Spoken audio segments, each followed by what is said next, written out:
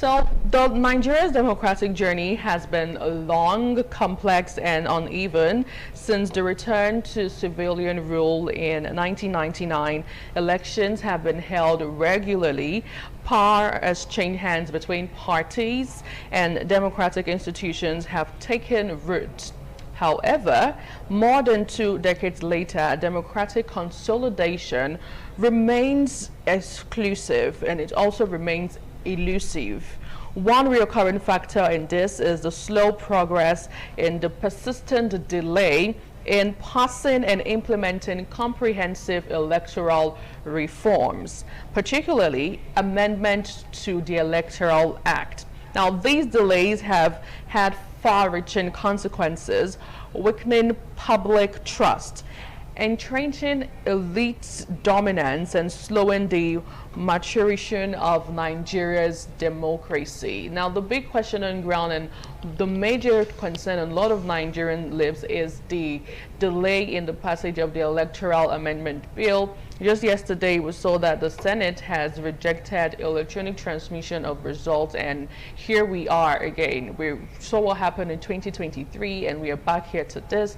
INEC Chairman Josh Amupita has said this delay and the way it's going with the passage might affect the election timetable for the 2027 election, and this is where we are.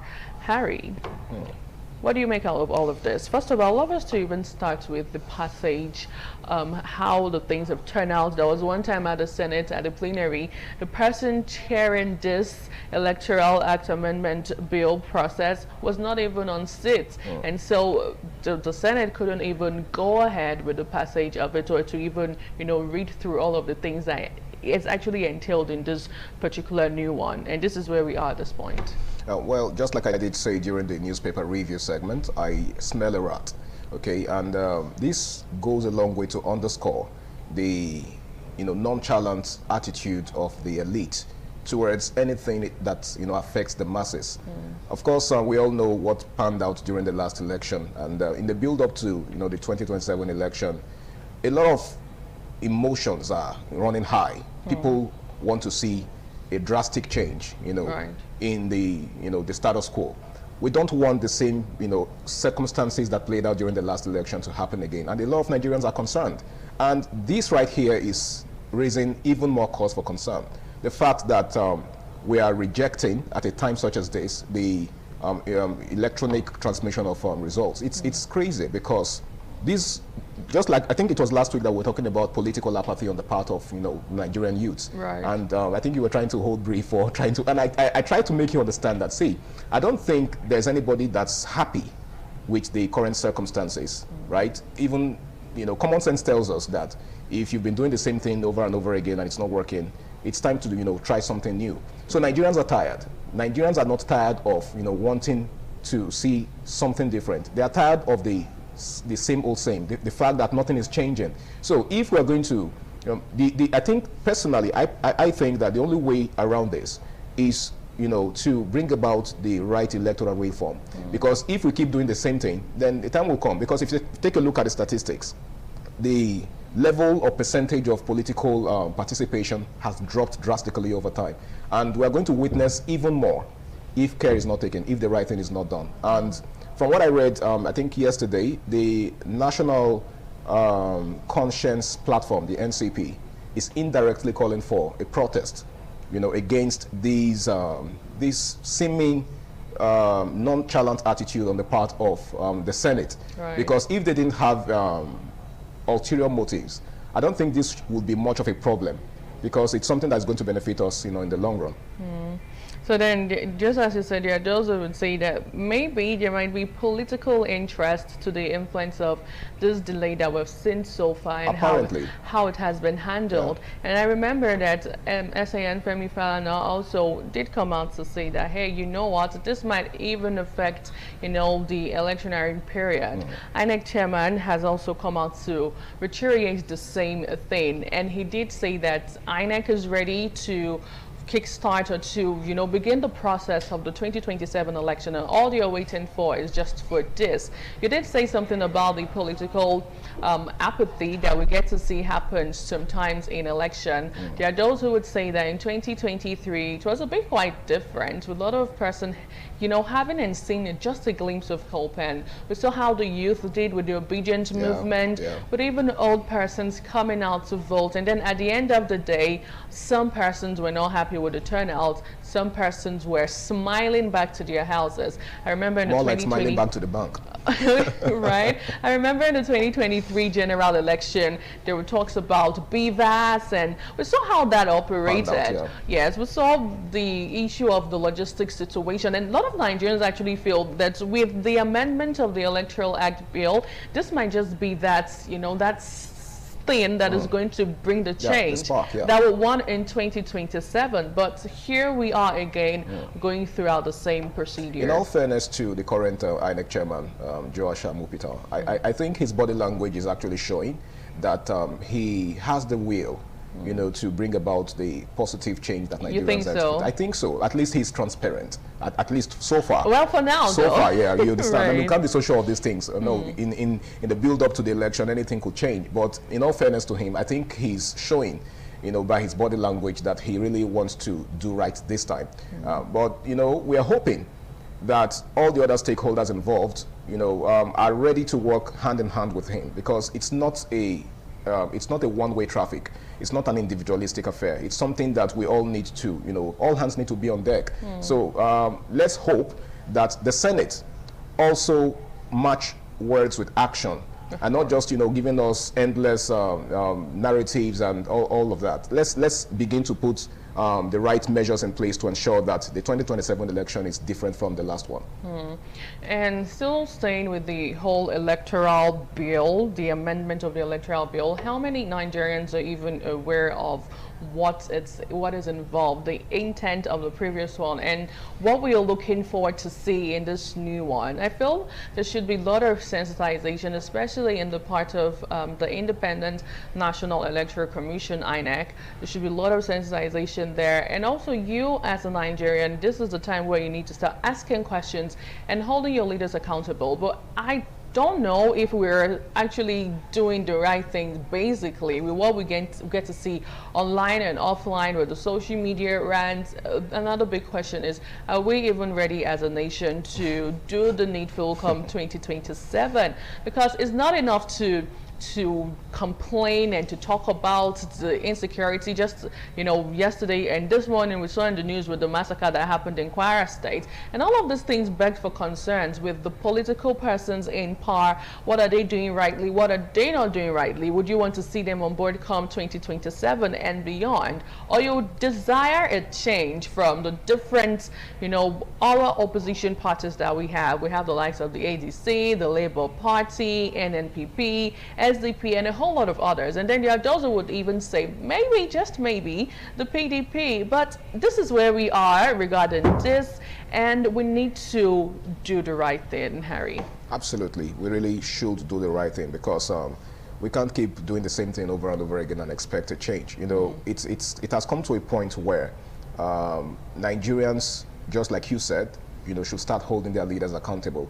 And like I said also, I wouldn't really blame Nigerians for their apathy, right? I wouldn't blame them much for, you know, not doing or showing much interest in the political situation. I just believe that if the moment they begin to see changes, the moment they begin to see signs of you know, improvement, then I don't even think anybody will remind them or would urge them to do the needful. It's just frustrating, you know, trying to make sure that you contribute your quota to national development by, you know, going to the ballots, you know, to cast your vote. And to begin with, you can't even, your security is not even guaranteed. Let's not forget, you know, what played out in the last election. You're going out to vote and you're watching your back. That in itself is a cause for concern. Beyond the fact that you can't guarantee the outcome of the election, how can you guarantee your own safety when you're going to vote? So these are factors, you know, that breed political apathy. And if they are not addressed, if they are not, you know, tackled headlong, it won't change. It won't change. That's a sad reality. And let's just believe that when we see the intent of this particular Electoral Act Amendment bill, it's going to cover all of these lapses that you have mentioned. Yeah. And also we saw what happened with logistics. And to think every single time budget, a lot of monies, a lot of allocations are, being allotted to INEC to conduct elections in Nigeria. Is it a case of not enough monies? Is it a case of the budget money or the budgetary money just not reaching at the time that it should?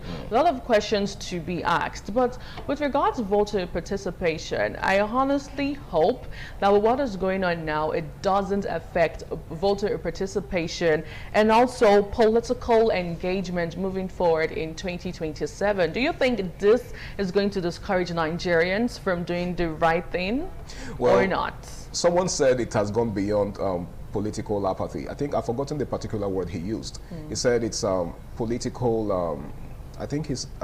If I remember, I'll let you know. But it's really worrisome, the fact that we seem to be losing interest by the day in our political affairs, and that goes to show that the average Nigerian mindset now is just every man for himself.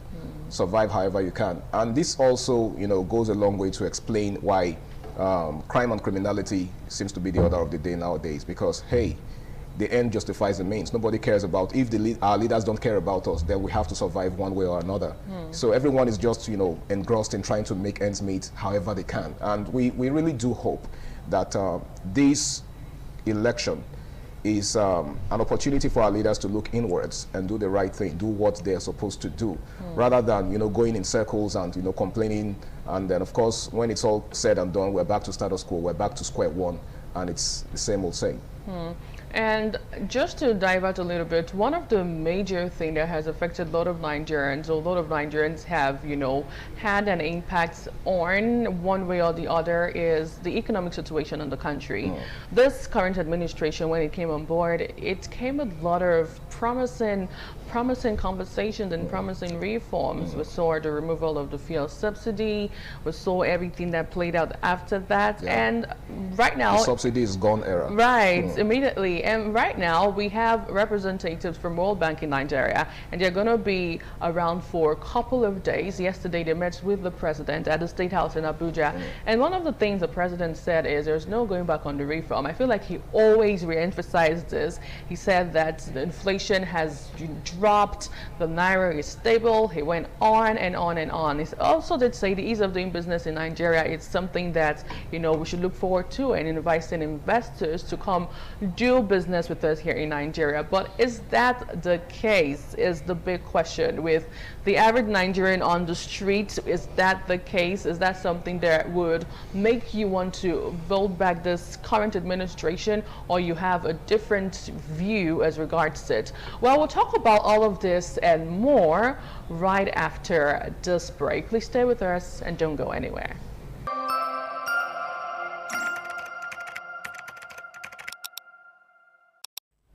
Welcome back. Well, the delayed passage of the electoral bill, the delayed democratic consolidation, is our main focus this morning. And we have our guest joining virtually from Lagos, Nigeria, Professor Odio Akana. He is the Professor of Political Science, Lagos State University. Joins live this morning. Thank you so much, Prof.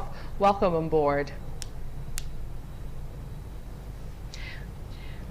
Now, please make it make sense what you have observed so far at the Senate with the passage and the delayed passage of the Electoral Act Amendment Bill.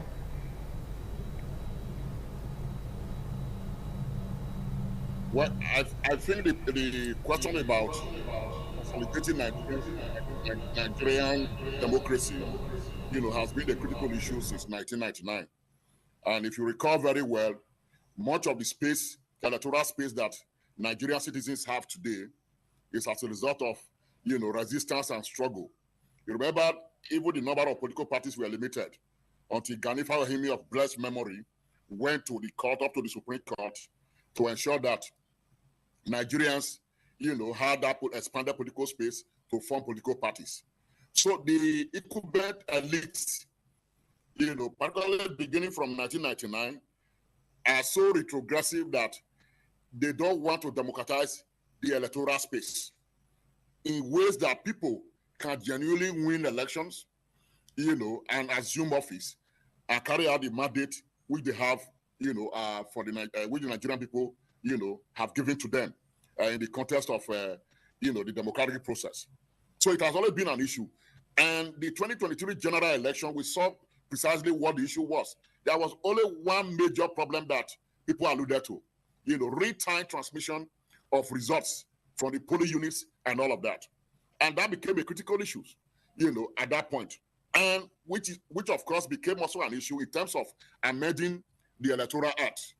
Now, the Senate, of course, yesterday, after dilatory measures, and all of that, they've,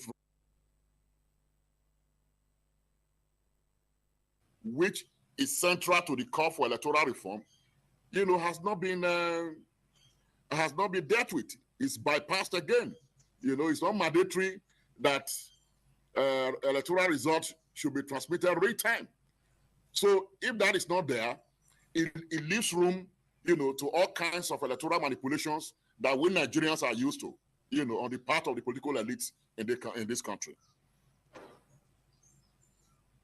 Thank you so much. But then again, do you think the delay reflects a lack of political will to the reform? Of course, apart from the parliament, the National Assembly under Obasanjo regime, all subsequent National Assembly, whether 10th or 11th or 9th or 8th, they have all been rubber stamp, parliaments. And so they do the bidding of the executive. So delaying was tactical, or was a part of an overall strategy to ensure that, there is room for electoral manipulation. That's basically what it is.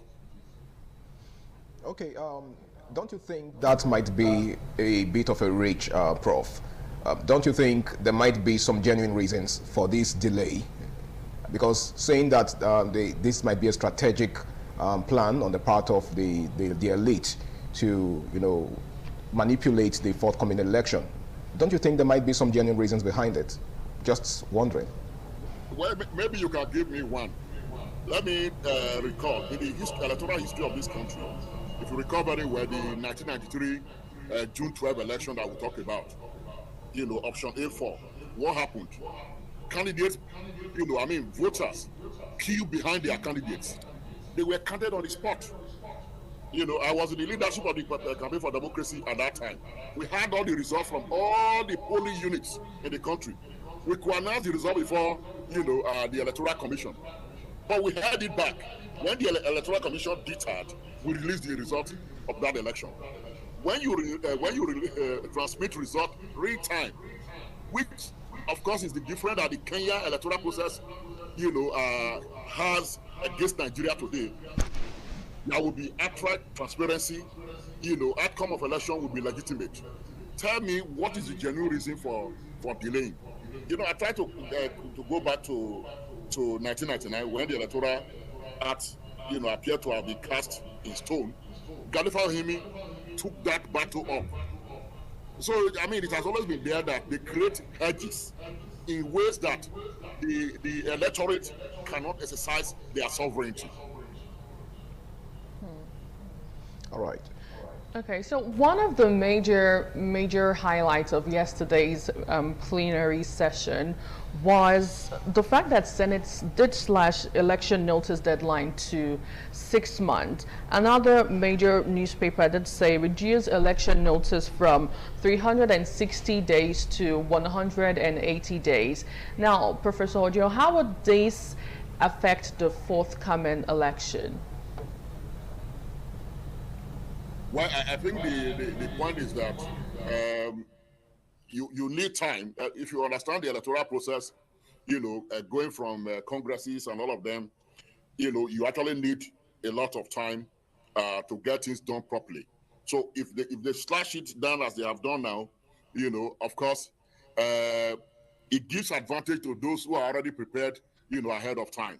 And that's the way I see it. But if you have more time, there's room. They tell you that a day is almost like a year in the electoral process, in terms of permutations, organizations, and realignment of forces. So that advantage, is taken away from those who are yet to, seriously prime themselves ahead of the electoral process. So are you indirectly saying it might be a means to spite some of those opposition parties who do not have their house put together? I mean, likes of the PDP, the Labour Party we're hearing, feel as perhaps even the ADC, because we're not even sure what might come out from them. Yeah, it's a core argument even in the last election. If a candidate enters the presidential race 8 months to the election, as it was in the case of the Labour Party candidate, how was he expected to win a national election in Nigeria? Yeah, people don't look at those things, but it matters. It matters because, you see, those who control institutions of the state know how to manipulate those institutions of the state to achieve desired goals. That is why we say the state is not neutral. Prof, a quick one. Some bodies are allegedly beginning to call for maybe protests or demonstrations against this delay because of the possible outcome or the possible impact it could have on the forthcoming election. Do you think it's possible? Do you see any protests coming up with regards to the current development? Well, I mean, the kind of discussion we're having now, which is a critique, is also a form of protest. We are pointing out, the shortcomings of the newly passed, bill. That's what we are discussing. But of course, stakeholders in the electoral process will definitely voice their disappointment at what the Senate, has done. They will, and so other stakeholders, whether the opposition parties, will come out, to voice their opposition. Whether it takes the form of street protest, press releases and all of that. All these are forms, of protest at the end of the day. And definitely you can expect that will happen. Now, a lot of Nigerians are wondering the impact all of this is going to have as we get to move towards the 2027 election. A lot of stakeholders have been talking, like Femi Falana SAN has drawn attention to this ongoing situation. And just recently, yesterday, we saw INEC chairman, Professor Joash Amo-Peter, did have the meeting with media stakeholders right there in Abuja, talking about the same thing. And one of the things he actually made mention is the fact that this could disrupt the 2027 poll timetable, with INEC chairman Professor Joash Amo-Peter raising interesting conversation yesterday with major stakeholders he had in Abuja, saying that this might affect the election poll timetable for the 2027 election. Makes sense of all of this? Well, I think the professor is being frank, because if you have some major changes in the Electoral Act, definitely it will affect programming at the level of INEC. And so he's being frank by telling them that. But I think what he needs to do is to go back to the drawing board, with his team, and see what is possible in terms of reprogramming the entire electoral process, because that is essentially his own, core duty at the end of the day. And so he was being frank by raising those questions, the shortcomings that might emanate, from reprogramming and all of that. But I think that it can get them sorted. All right, Prof. Okay, my colleague here made mention of the fact that most of these other political parties, the PDP and the LP, Labour Party, are having internal crisis. And of course, we really don't know what's going to come out of the, should I say, teething problems that the ADP is currently experiencing. Do you think the ADP is also going to go the way of the Labour Party and the PDP? Well, if you look at ADC, any keen watcher of the Nigerian political space will know that it's a committee of strength bedfellows. Many of them don't have things in common. But of course, what ought to be the uniting goal is that the incumbent administration has to be removed, through the electoral process. That's the goal. But if you ask me, I think that the entire opposition in Nigeria is prostrate. I have not seen the gravitas, that will pull them together to win the 2027 election. But of course, as they say in politics, one day or 1 week, means a lot in terms of planning, strategizing, and permutations occurring. Anything is possible. We can't rule out that. But currently, the state of the opposition is completely in disarray, and it's not comforting for those who genuinely want to see change, in the country in terms of, public office holders. Prof. Another major impact a lot of Nigerians, a lot of interesting bodies have raised is the issue of voter participation and also political engagement as we tend to move towards 2027 election. Do you think this is going to have a great impact on how Nigerians, the electorate, would perceive what would happen in the election and also in the polls? Definitely. Because election processes, outcome don't count in Nigeria. How the electorate vote, it doesn't count in Nigeria. That has already induced, ab initio voter apathy. It will definitely affect participation. If you look at the shortcomings of the last elections, there were areas where certain ethnic groups were not allowed to vote at all. Particularly in Lagos, they were shut out from voting. So. And that kind of segment of the electorate may have made up their mind to say, look, whether I vote or not, it will mean nothing. And people will generally tell you now that the incumbent administration or president has locked down the entire South, which means that it's going to poach votes, from the middle belt, poach vote from the Northeast, poach vote from the Northwest, and emerge victorious in the election. That prediction is already there. And those who have that mindset will say, well, is it worth voting? So that's it. So there are so many contradictions within the political space to warrant and induce voter apathy. At this point, what do you think the electorate should do and the right mindset that a typical Nigerian should have moving forward?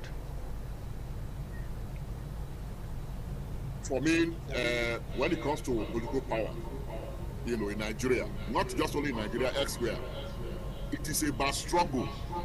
It's about, I may use the word perpetual struggle. You don't give up because, you don't have advantage at the moment. You have to build your structures. You have to build, social capital to be able to win political power in the country. So I don't think they should give up. What we should, really fight for is that we should not be looking only at the center. We should not be looking only at just the state. We should be looking at winning power at the local government level. As councillor, as chairman of local government, even though currently those processes that can ensure free and fair election at those levels are constrained. But we have to keep struggling and fighting to ensure that people are genuinely represented, according to the wish of the electorate. All right, Prof. Quickly, it is said that delay is not denial. So do you see the possibility of these electoral reforms eventually seeing the light of day when it's all said and done? Well, it has been passed, and again, somebody has to assent the past bill before it becomes, it's already an but it has to be signed by the president before it becomes, fully legal. So the president can also have cause to not to assent to it for whatever reason. You remember Buhari, where the Not Too Young to Run bill was passed. Buhari said, he will sign it, but he's not going to sign it in such a way that they will be able to participate under his watch. That was the excuse that he gave. A duly passed, law was not assented to by the president at that time. So for any reason the president, can refuse to assent to the bill just passed, and so it becomes, redundant somehow. Well, Professor Ojo, I really must thank you so much for your time, for joining us to dissect all of this morning. We're looking forward to see all of the outcomes that will pan out moving forward as we go over to the 2027 election. Thank you so much. So, here are my closing remarks as regards this. The delayed passage of the electoral bill represents more than a legislative setback. It is a critical test of commitment to democratic consolidation. Now, electoral reforms are foundational to credible election, public trust, and the legitimacy of democratic institutions. Now, when such reforms are stalled, the consequences ripple throughout the political system, weakening accountability, entrenching old practices, and of course, diminishing citizens' confidence in the democratic process. And we do not want all of this to happen. So we're calling out on the necessary bodies, the Senate, the President, and everybody involved to do the needful as regards this. Thank you so much once again for joining us. We go off on a break, and when we return, we'll have Abuja take it away from here.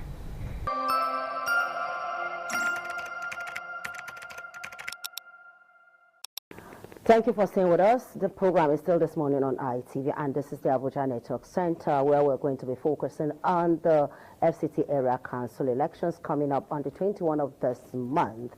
As we speak, about 74 PDP candidates may face disqualification, and also the fact that Labour Party has been excluded from running the election. How is this going to affect voter confidence on the coming election? We're going to be looking at these issues side by side with my guest, who is right here with me, Comrade Gerald Kachi. Thank you. Very good morning to you, to our viewers. You're welcome, sir. Well, let's look at the preparation, the election and everything. People are saying, not people are saying, we know that the exclusion of Labour Party, despite the fact that Labour Party has come out to call on its followers to support other candidates. But don't you think it is still going to affect the turnout of voters? It's unfortunate that we have gotten to this point due to bad Ghana disputes within political parties that they failed to address. You know, it's not the first time that electoral umpires oftentimes exclude political parties from fielding or putting candidates forward.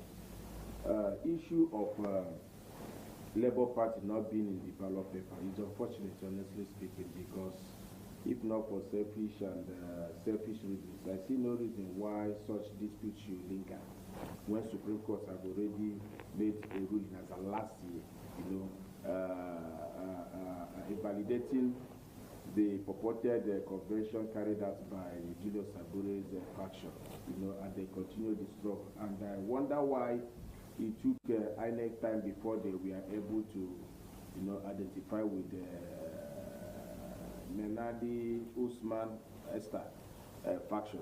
So it's unfortunate. It's unfortunate, and of course, similar thing is going to be playing out with PDP. PS not taking. So what this does is that it weakens the opposition and voters' confidence in going out to exercise their franchise.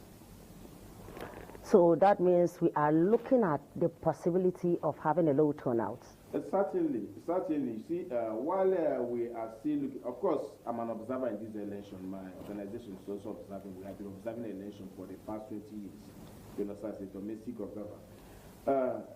If you look at events that are going toward this election, you will agree with me that the body language with regards to preparation to the election and electoral amendment that is expected by the National Assembly to carry out is really weakening voter turnout, in the sense that while last general election were centered on electronic transmission of results, and which Supreme Court also in their ruling with regards to prudential, this is that it wasn't, part of the Electoral Act that was amended in 2022.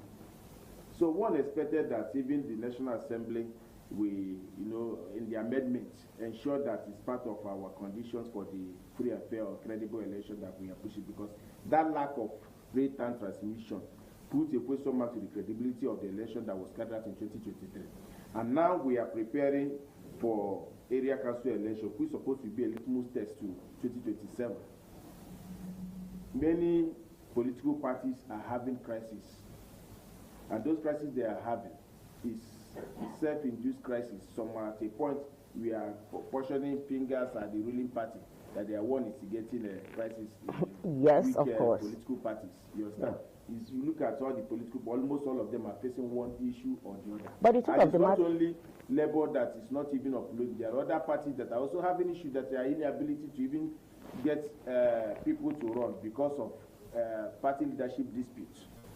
I think if you put all these jigsaws together, Labour Party not being in the picture, the likelihood of disqualification of PDP candidates. You understand? And with just what the Senate did yesterday with regards to rejection of electronic transmission of the Senate has denied it, that it did not reject electronic transmission. A denial can be in form of, I say you have 6 pack of matches and you are claiming, no, what I have is half a dozen. It's just as simple as that. I don't know the other... Okay, potato. Yes. 6 packs, half a dozen. Yes.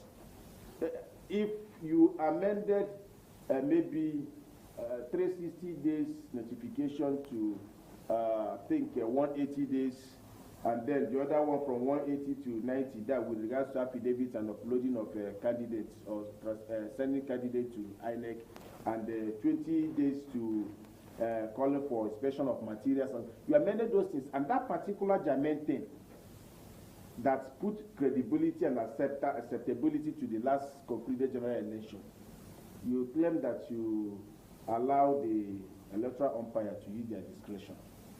It means that one is not really telling itself the truth. If even at the lower chamber, like Green Chamber, we are magnanimous enough. They don't like to be called lower chamber, so be careful. Okay, the Green Chamber, if they are not lower, the salaries shows there. They don't like that. And the decision making, you understand?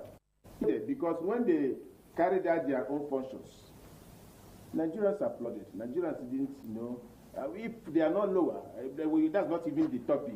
The matter would have moved on, but they had to wait for the Senate. There has to be a concurrence, and that is why harmonized. Some of us are asking that we should petition this kind of National Assembly we have today, that's even taking a lot of money with regards to governance.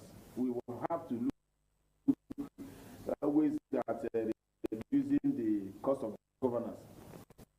This Senate, ex-governors and the ex-ministers, that will be a discussion for another day, because on this particular... Because we have the really having today integrity of elections lies, not even in the Green Chamber, but in the Red Chamber. So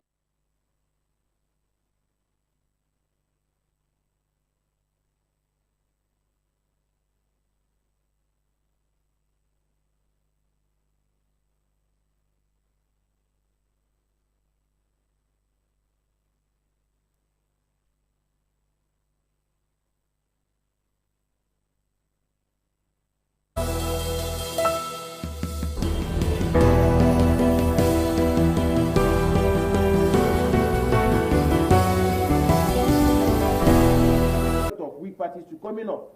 That same day they did presidential election, we saw National Assembly members who never dreamt of going to National Assembly went there because they transmitted their results. But when we get to presidential elections, we hear technical glitch. So we don't want technical glitch that may result. I don't know how we can put it, because at a point, if you push people to the wall, the chances that they will react are there. Yes, you have raised very logical matters and very serious issues. Now, how does this tell on our democracy? We want democratic rule after time, like a burst of a credible and fair election, but we're still struggling. So how does having a powerful ruling party that does not really have a formidable opposition taking it all. How does this tell on our democracy? I don't think that Are we moving forward or backward? I don't think that we don't have opposition, but We don't have, as it stands now, we have? We have over 18 political parties, and we have even those who are aspiring for and one what position is or the their other. strength compared to the All Progressives Congress? When it the comes ruling to issue party? of strength, that is where they say power lies with the people. It's not a matter of maybe ruling class, gathering in one particular political. That does not even really show strength, because if you look at 2023 general election, it shows a lot of things that power really lies with the people. For example, the APC, who is the ruling party, had its national chairman from Nasarawa State, and they lost Nasarawa State. The President Bola Ahmed Tinubu today, who is believed to be a city boy in Lagos State, lost Lagos State. The Senate President, who is today either dilly-dallying with the yearnings of the people with regards to transmission of electronic transmission of results, lost his state as an APC member. The predecessor, Ahmed Lawan, lost. You can go on and on to mention. You understand? Even when the ruling party, APC, has majority of governors on their side, almost 20 to 21, they still lost.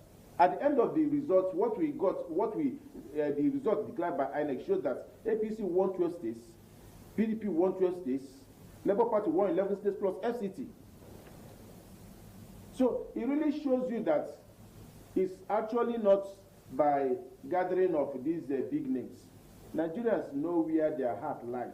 It's just that those who are supposed to give credence, those who are supposed to give credibility to the process, I know, trying to dribble Nigerians with regards to credibility, thereby weakening them so that they will always have their way. But it's unfortunate, because if you look at reality.com, most people who tend to dribble Nigerians when given opportunity ends up facing karma. You recall that there are certain senators in the past, last 1 year, last 2 years, who are supposed to, lead by example with regards to health sector. They didn't. They travel outside the shoes of this country with regards to meeting up their health challenges. They come back in course. Meaning that if you have fixed your country, person will not. It was in this country that we had a deputy senate president who tried to, do intervention with regard to the daughter, ended up in prison in UK. And such a thing, the Nigerian medical sector have capacity of handling it here in Nigeria. So things like this has a way of coming back to haunt those who think that they are smart enough. Okay, your analysis of the people always speak through the ballots. Yes. Let me just sum up the total of what you said. Yes. Do you see that playing out in the FCT area council elections? When growing political parties are denied opportunities to field candidates, to consolidate on their strength or structure, it tends to point a lot of things.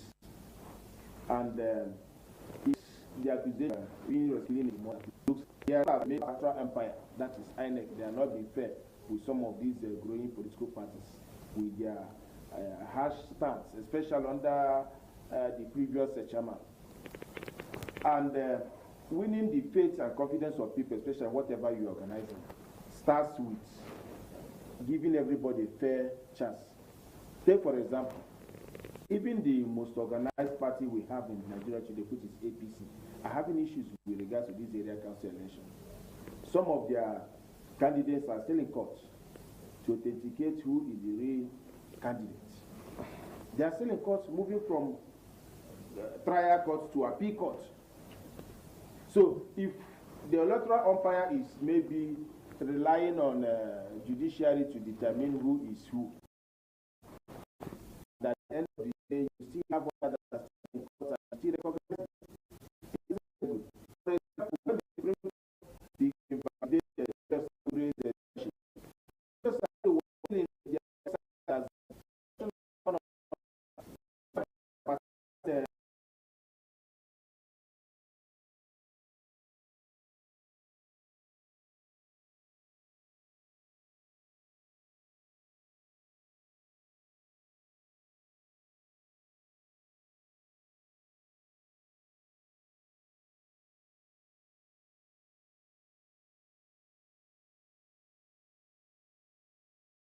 But on a regular basis, almost on a monthly basis, if not almost weekly basis nowadays, he's facing one trial or the other.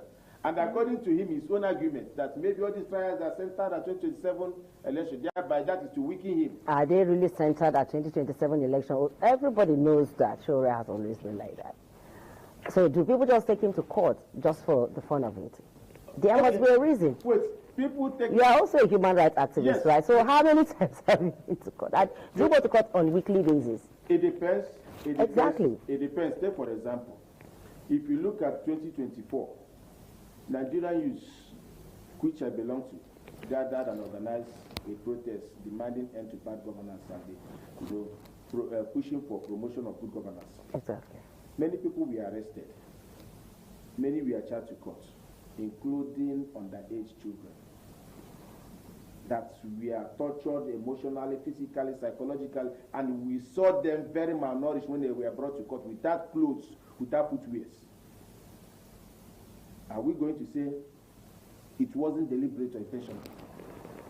Well, we have and then we time. attack treason that carries a heavy punishment, almost a capital punishment. Exactly. For demanding for improvement. So if we are beginning to look in this direction, you know, whether Showore is, I will give you another example. During the sham trial of these protesters, some of them were picked in churches. Getting to church, perceiving that worshippers will resist arrest, they claim that the person they came to arrest in church, or they are investigating him on a murder case that is involved between weakening the church. Only when they picked them and dropped them at Abattoir, we went there to find out, they discovered that it was related to protests they carried out. So by the time you begin to oppress, suppress decent voices, what do we call that? In a sane clan, you tolerate opinions, decent voices, or possibly use superior arguments to, you know, whatever ideology they are pushing and not trying to suppress them. If anybody is bringing ideology or maybe making a case that is contrary to this expectation of the state is expected to come up with a superior argument, valid argument, and not by suppressing people. By suppressing, what are you telling people? Tomorrow you claim that maybe, for example, they are prosecuting him for insulting the president. That is the trial they are facing today. So all right. All of these things, I will have to go through your thoughts. One way or the other, to affect upcoming elections, because when people begin to say, okay, the persons that are speaking for us, the people that we believe that can do one good thing or the other, that start on the part of the masses, you are suppressing such a person, what do you think will happen? Well, thank you very much, Comrade Kachi, for being part of the program. We are looking forward to a credible and a fair election come to one. Yes. We'll be observing it as well. Exactly, and we also will be in the field there to see how forward on all that will be happening. And it is hoped indeed going to be credible. People will turn out to vote. I use the opportunity to call people, turn out. Forget about what is happening, whether it's shenanigans or politics. Use your opportunity, turn up and exercise your franchise. It is your civic right, it's your civic duty. That's the least you can do. Thank you for having me. Let your vote speak for you, 21 February this month. It's in FCT, resident turn out to vote. And hopefully going to see being yearning for. This is all we've got from Abuja Network Center. And up next, this Network Center for more on TMI.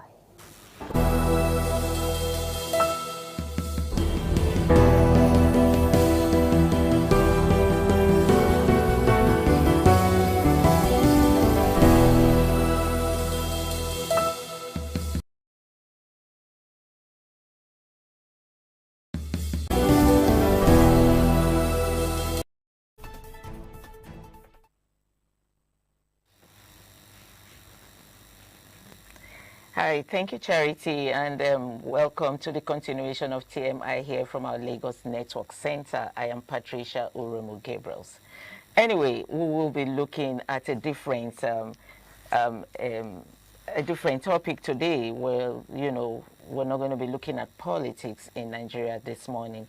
We're looking at a man who had decided to take into running to create awareness for special need children, and he's been doing it for so many years. And today we have opportunity to bring him into the studio to come talk to us how this is going with him. I'm going to read through his a short biography of this man before I let the cat out of the basket, before you see his face. Okay, so I have with me Ambassador Ajaro David Obaro, popularly known as Waterman. He is a Nigerian charity runner, a photographer, and a chef. He gained international recognition from wearing the longest wrapper, a feat recognized by the Guinness World of Records. Obaro's wrapper concept started in the 1980s, inspired by his Urhobo heritage. He uses his platform to promote cultural awareness and raise funds for charity. He's currently running a 56-day campaign to raise awareness for cerebral palsy and people with special needs. Obaro recently partnered with the Nigerian Copyright Commission to promote inclusive access to copyright for persons. We were very grateful and opportunity to have him in the studio this morning. We have Ambassador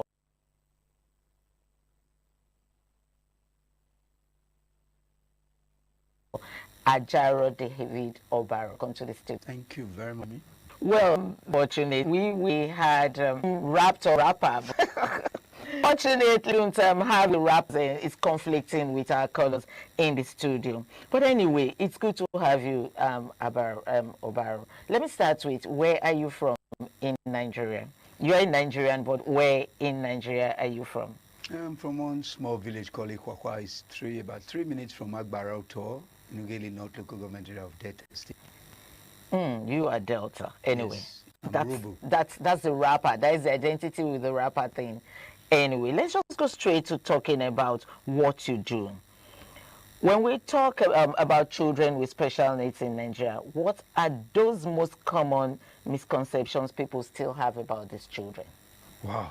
The one I see a lot is when you see children with special needs, the first thing some people say is, they don't use them do money, or they don't use them do ritual, their parents. And there's this self-stigmatization by even some of the parents, and then general stigmatization. And you don't want to see those children around. People want to hide them from public view, So that is the commonest thing you can see here about them. These ones are not good to live. These ones are, I use the word abiku, the ones that are not supposed to live, So I think that's the most common thing I see about them.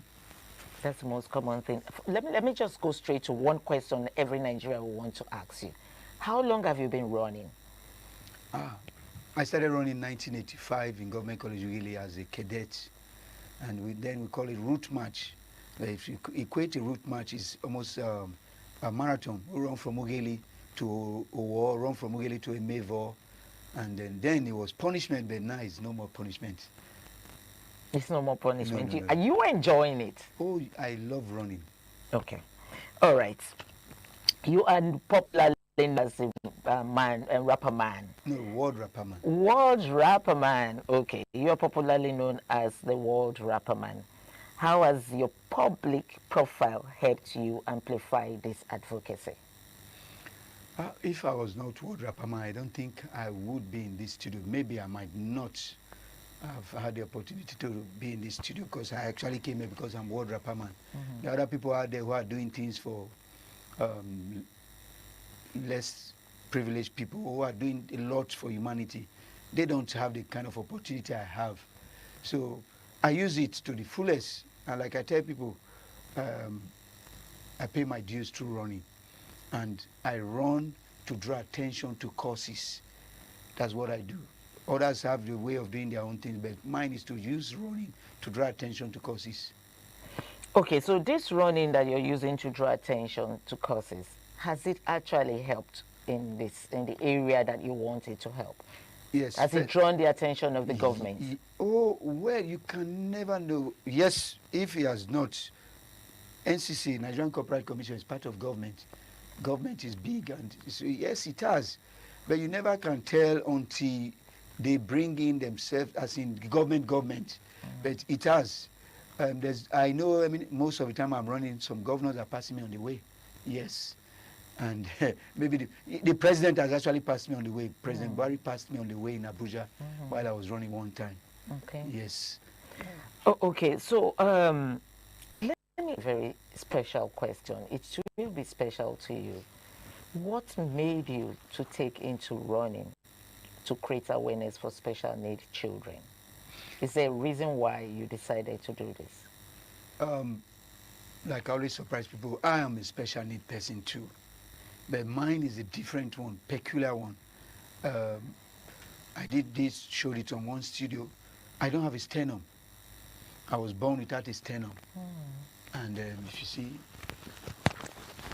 If the cameraman can please focus on that. Okay. So I was born without a sternum, and at birth they told my mom, he might live for 24 hours, you know, just spend time with him. 56, by the grace of God, I'm still standing and running, not just standing. I've always pushed the limit from birth, and I'm still pushing the limit now.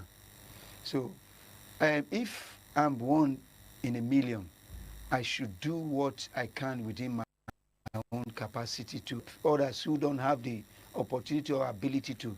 That's why I'm doing what I'm doing. Once it's need to help humanity, I'm always there. Okay, is there a special reason why you decided to take into the 56 days run for the cerebral palsy? Yeah, I actually coined the 56 days because I turned 56 last year. Yes, I turned 56 November 9. And on my birthday, I didn't do much. So I said, okay, let me celebrate myself every day. I'm going to run for 56 days, drawing attention to cerebral palsy.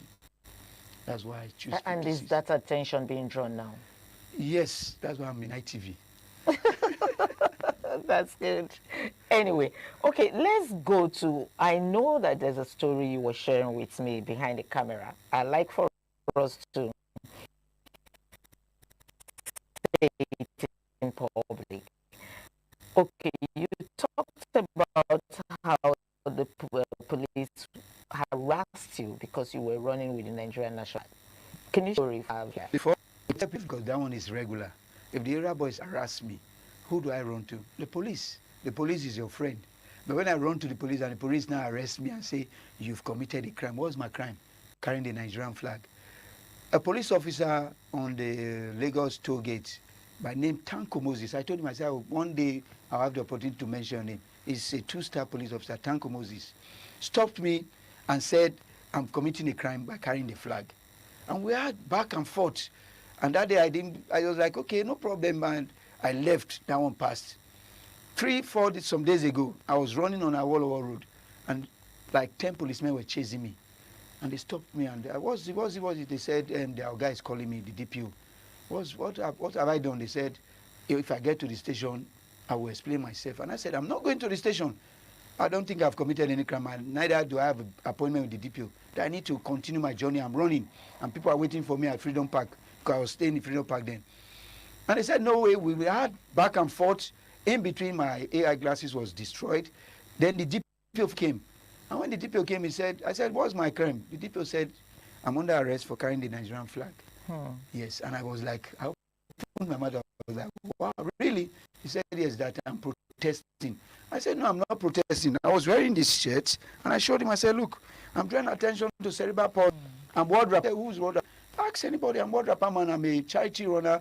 I'm a change agent. This is what I've been doing for years. And a lot of people, as we're even talking, a lady stopped on the highway, and that was my grace, saving grace, because the men that were around there did not do anything. But that lady stopped and stood her ground and said, they will not arrest me. Nothing is that I've not committed a crime, that I am so and so, and this is what I do, that she's been seeing me around, running around. So that's how it ended. And again, this is an opportunity for me to tell the general public, please help me talk to the IG or the president or the governor or the commissioner of police. I'm a private citizen. I'm a very loyal citizen. And all I do is charity causes. I'm drawing attention to Charity because I'm not protesting. And I asked him too, even if I'm protesting, is it a crime to protest? I don't think it's a crime under our law to protest. Okay, let's move on, World's Rapperman. Now you said you have run from Lagos to Abuja. 22 days, twice. Lagos to Makurdi, 40 days, 900 kilometers. I've run from Lagos to Onitsha, 18 days, 650 kilometers. I've run from Lagos to Delta, 12 days, 550 kilometers. I've run from Abeokuta to Lagos, 2 days, just 103 kilometers. And by the grace of God, I'll be running from Lagos to Accra, Ghana, soon in April. Let's talk about your security. Because you run through the night, you rest in, I don't know where you rest. Do you book into hotels to sleep? How do you rest? How do you eat? How do you protect yourself from, you know, the evil thing going around in the night? First thing first, my greatest protector is God Almighty.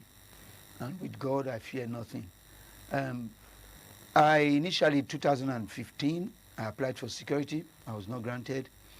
2017, I applied for security. All through, I've been applying for security, never been granted. And so I'm an adventurer. I sleep anywhere, but Lagos to Abuja, I slept in hotels twice. The other ones, I sleep on the road anywhere. I have my backpack, sustenance for 2 days, food, medical, and communication. I enjoy what I do is adventure, and there's once the adrenaline start pumping, you don't even remember if there's anything about insecurity.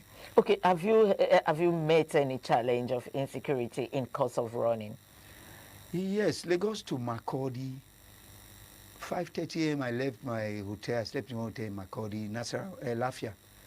As I just left the city, I was accosted on the way by Mieti Allah, and they introduced themselves, you know, because when they came and they said, "Where am I going to?" I told them, and who am I? I told them, and I said, "I'm running from Lagos to Makurdi." Like, "You serious?" I said, "Yes." I said, "No, you're not serious. We need to go tell our boss." They left me and went into the bush. After like I did 15 kilometers, they came back with their boss, and they were like, "Go back. You don't need to do what you're doing." I told them, I said, "Look, this is what I'm doing. If I've run all the way from Lagos to Nasarawa, why go back?" After back and forth, they left me. I see some kind of things that is not everything I say. As a matter of fact, I'm supposed to be debriefed before I even speak, because when you do those kind of journey, Lagos to Abuja, approaching Lokoja, from the first time in my life, I saw a ghost. Wow. Yes. So ghost is real? You might say no, it's I not don't need real, to say but that. I was just running into Lokoja, and a guy was cycling beside me. And I greeted him, "Good morning." He was holding a torch. He did not answer me. I said, "Good morning." On the other side of Lokoja, I run against the traffic. He didn't answer me, and I was watching him. And in my very front, this man and the bicycle disappeared. I had goosebumps all over me. I ran till I ran into Lokoja. By the time I got to Lokoja, where they had security men and some Troy Agberos, and at 5 a.m. in the morning, and I was still breathing, panting. I said, I looked around, I said, "What's in the pursuit?" I said, "Okay, I'm not going to understand what I see just now." That somebody disappeared right in front of me. And they're like, I said, "The man disappeared with the bicycle." I walked, before Awuchi too, I was just walking around 11 p.m. A guy from nowhere just came out. "Good evening." I said, "Good evening." I said, "I did come from Abuja, Lagos. I did wrong go Abuja. I don't tell a nice guy they waka." I said, "Really?" He said, "They go inside bush and be a hunter." That's what he told me. So we're walking, and by the time we got to one forest, just say, "And I reach, I won't go back. Now make I go. And he walked into the forest and left. Lagos to Abuja again, day 2. After Mowe, I was running and I was just praying. I said, "God, yesterday a car almost ran into me. I wish a car is doing this." All of a sudden, take the steps. And I turned, I saw a horse behind me. A young man was on top of the horse. And I turned, I looked at him. He looked at me. He said, "Where did you go?" I said, "I did go Abuja, the wrong Abuja." He said, "Okay, I will follow you, reach front." And I was walking on. He was on the horse, and he walked me. He was on the horse, right on the horse to Redeem Camp. Before Redeem Camp, and I said, "Oga, I will turn back here. I don't know. Here I go walk carriage with you. If you go here, no problem." And he turned and left. This is a lot of experience because as you're describing and talking about it, I am having goose pimples. You must have faced a whole lot of pleasant, if I may call it pleasant, challenges doing this. And you still have the faith to continue. What exactly is your reason why you want to continue this? I think God kept me on earth because of what I'm doing. I know my purpose already in life. Nobody will tell me. I tried to go into the army after leaving government college as a cadet. For 5 years I was doing exams. I did not make it. And now I sit down and I'm like, okay, this is why I'm in Nigeria. This is why I'm doing what I'm doing now. What I'm doing now gives me joy, gives me peace of mind. And I can't stop. Like I tell people, I might run into my grave. Well, earlier on you told me you were living in Europe, and you came back to pursue this course. Has there been any kind of regrets? And I mean, why did I come back? I regret coming back to do this. And have there been any kind of support from the government for you to do this? Truth be told, there's regrets. I sit down sometimes like, why did I come back to Nigeria? What I'm doing now in Nigeria, I was doing in Europe, in Bucharest, Romania. I work with street and homeless people. I've helped to raise funds for a hospital in India. I've helped to raise funds for local charities in Romania. My work has given me a handshake with the president of Romania then. And has taken me to a lot of places. I sit down and like, why did I even come back to Nigeria? Sometimes I regret, but like I said, God put me in Nigeria for a purpose. We all have a reason of being where we are now. Maybe I would have been born in America because my father had all the wherewithal to make that happen, but it didn't happen. I was born in Nigeria. So I'm still Nigerian, and maybe when my assignment is over, maybe, just maybe, that I'm enjoying what I'm doing now. Once in a while, I regret when some kind of things happen, just like that police harassment. Police would never harass me in Romania. The police see me and they give me my honors, more or less. So those kind of things you regret and say, if I'm risking my life for a nation, I think what I'm doing is patriotism. By now, the National Orientation Agency should be honoring me. I should have an MFRO. I've been doing what I'm doing for more than 20-something years. The president should give me a handshake, if not for anything. So not harassment and not bullying, because I call this bullying. You know, at times, it makes me want to say, it even gives my family the opportunity to say, yes, you see, we say, don't do this, and you're doing it. See what you get. You know, they give people the opportunity to say, don't do what you're doing. But I cannot stop. Really, I cannot stop because I think and I know God's hand is in this thing. You said the president, the late President Muhammadu Buhari, had passed you while you were... Yeah, on Abuja, the expressway. Was there any kind of recognition from him? No. He just drove past? He drove past. It's normal. Presidential convoy. Anyway, let me quickly ask this question. Very recently, you said the Nigeria Copyright Commission partnered with you to promote inclusive access to copyright for persons with disability. This partnership, does it come with money? What is the partner like? No, it doesn't come with money. My partnership with NCC is not today. I actually ran from Lagos to Abuja to create awareness and draw attention to piracy with NCC, 18 days. And I'm more like an ambassador to them. So that partnership, that symbiotic relationship has been on. And when they saw what I was doing, they said, oh, we like what you're doing. We're already doing something in this direction. We would like to come on board. They came on board. I tell people money is not everything. If you're doing something for your nation and you're doing something to affect humanity, money should not be your main aim. But I need sponsorship, I need partnership, because I'm doing a lot and I need a lot. Imagine me running at times with running shoes that are smiling. When I say smiling, they're bad. And I go online and say, I need a running shoe, and people will be mocking me. You're begging. And I ask the question, if I'm drawing attention, I'm helping people, if I have the need to beg, should I be ashamed to ask for? No, that's not begging, that's asking. So I need all the sponsorship I can get and all the support. And at times I ask myself, why is it in Nigeria? And people will say you're not doing the right thing. What is the right thing? Why is it in Nigeria companies or corporate organizations don't jump into things like this? I was going to come there. Have you approached the corporate organizations, the companies? You know, I mean, we have the likes of, no, don't let me call names here. Have you approached any of them? My phone have all the network. I use all the network where I don't get free data. You know what that means? I use all the network, I don't get free data. So that alone will tell you the story. And they see me do what I'm doing. I've written letters to a lot of organizations and you don't get a reply. Okay, let's go back to the education for these special need children. In terms of education, what gaps currently exist for children with special needs and how can they be addressed? There are few schools with special needs, for special needs people. And as a matter of fact, I'm drawing attention to Kewe. Kewe dropped out of school because of support. And this only school that she can go to is very expensive and far from our location. So it might surprise you to know that I think there's no blind school in Delta State. Yes, because I met a blind guy one time and he said he had to come to Lagos to come and school. And I said, you mean there's no school in Delta State? He said, no, there's none. That tells you something.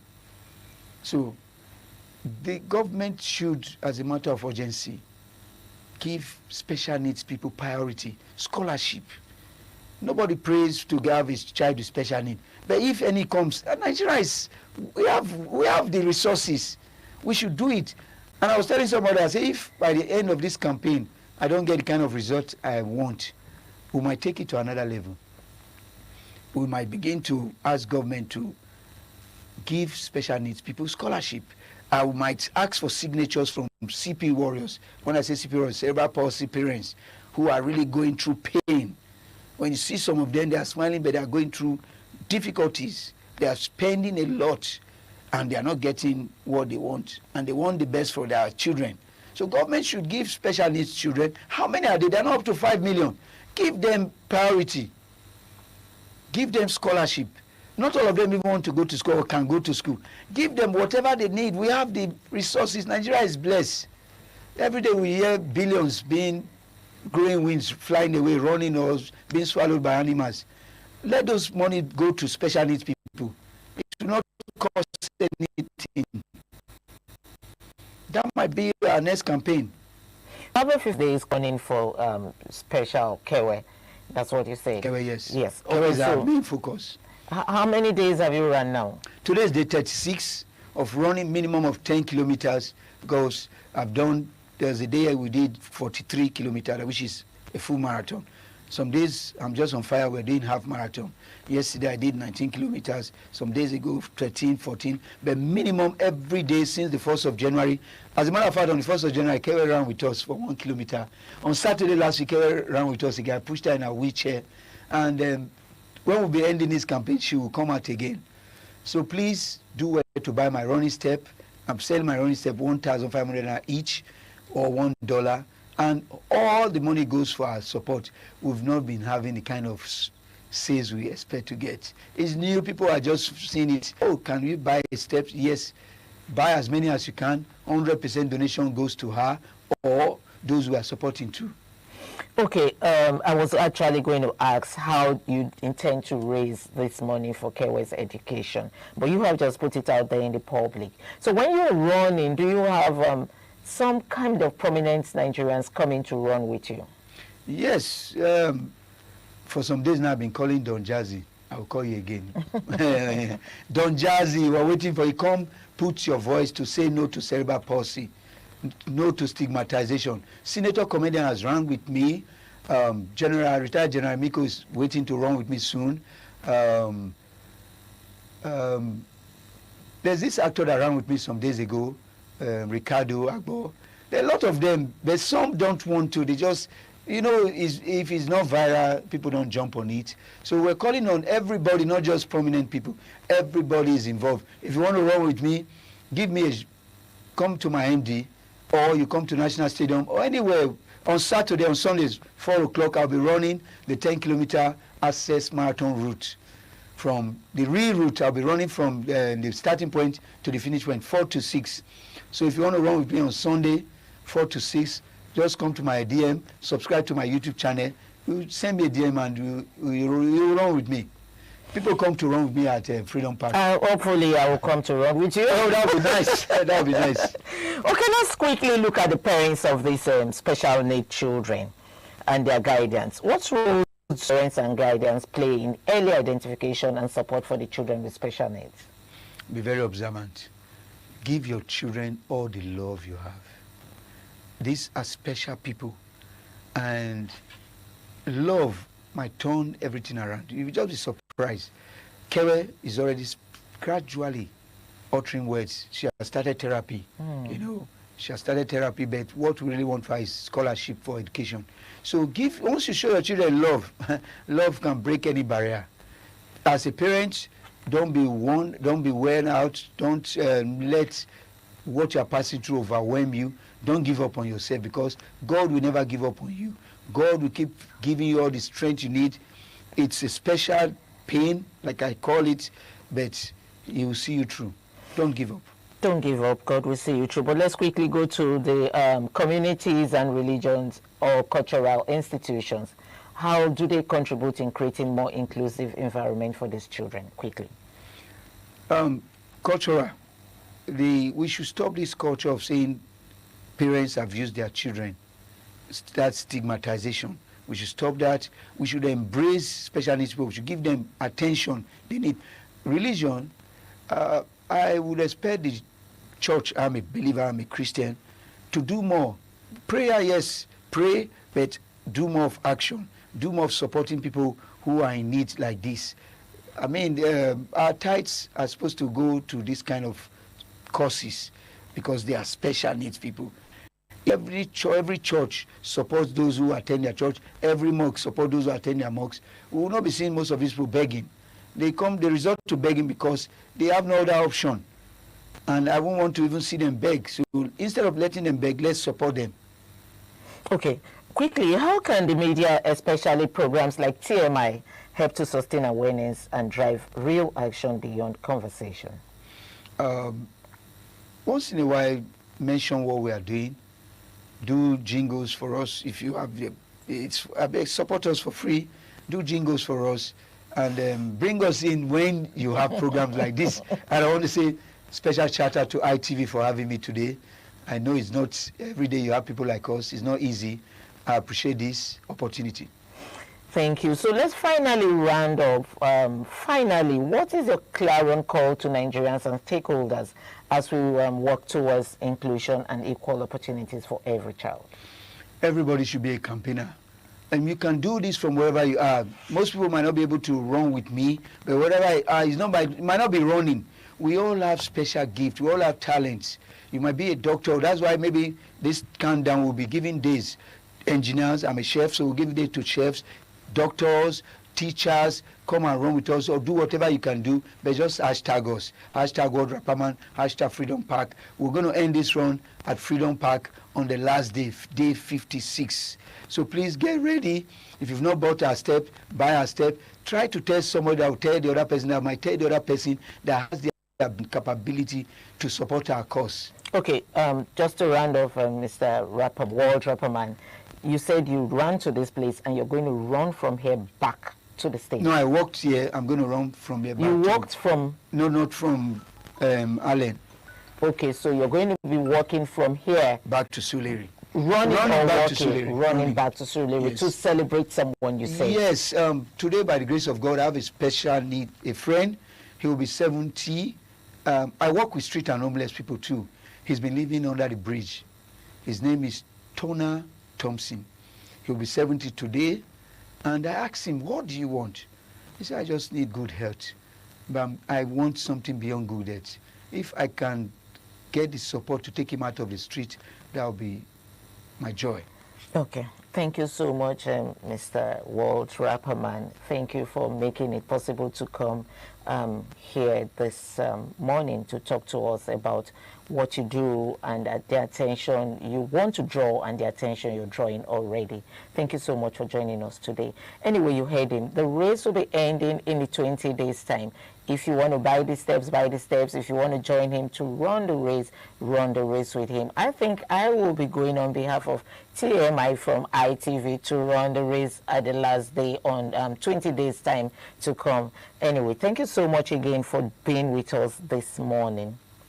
And then that ends the show this morning. Thank you for joining us. I'm Patricia Uremu Gabriels.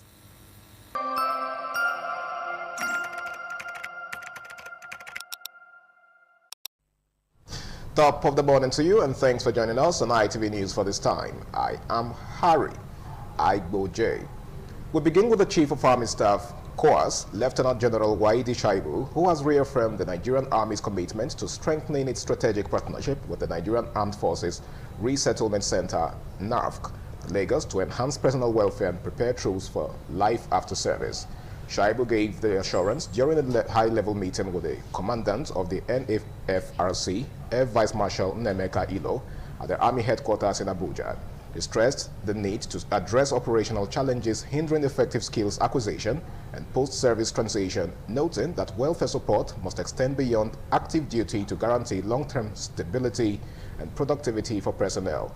The Army Chief congratulated Ilo on his appointment and underscored the critical role of NAFRC in equipping military personnel with vocational, technical, and professional skills needed for economic self-reliance after retirement. He added that structured resettlement programs remain central to the Army's evolving welfare framework. Shaibu commended the center's diverse training initiatives, describing them as essential to ensuring a smooth and dignified transition from military to civilian life. He also acknowledged the leadership responsibility involved in managing the welfare and development of large numbers of personnel undergoing training. The battle for the national structure of the People's Democratic Party, PDP, heightened on Tuesday as a clash between the Governor Seyi Makinde and the Minister of the Federal Capital Territory, FCT Nyesom Wike, resurfaced over the control of the Oyo State political space. The battle for the national structure of the People's Democratic Party, PDP, heightened yesterday as a clash between Governor Seyi Makinde and the Minister of the Federal Capital Territory, FCT Nyesom Wike, resurfaced over the control of the Oyo State political space. Minister Wike and Governor Makinde formerly close G5 allies during the 2023 election cycle are now locked in a heated exchange following the November 2025 PDP convention and shifting interest ahead of the 2027 polls. On Monday, Wike declared his interest in the Oyo State political structure after a meeting of the Rahman Mohammed-led caretaker committee held in Abuja, which announced March 29th as the date for the party's convention. In his response, Makinde, speaking during the inauguration of the PDP secretariat in Ibadan on Tuesday, launched an attack on Wike and vowing that his commitment to the survival of the PDP. Makinde further explained his reason for forming forces with Minister Wike during the 2023 election as against the interest of the candidate of the PDP. And to other stories now, where traffic was temporarily disrupted on Wednesday along Ubiyoko Opaikenwa Road in Benin City after tanker conveying fuel, raising safety concerns as motorists took alternative routes. Ofuria Neto takes it further. The fallen tanker blocked part of Ubiyoko Opaikenwan Road, forcing motorists and commuters to take alternative routes as security personnel cordoned off the area to prevent accidents or fire outbreak.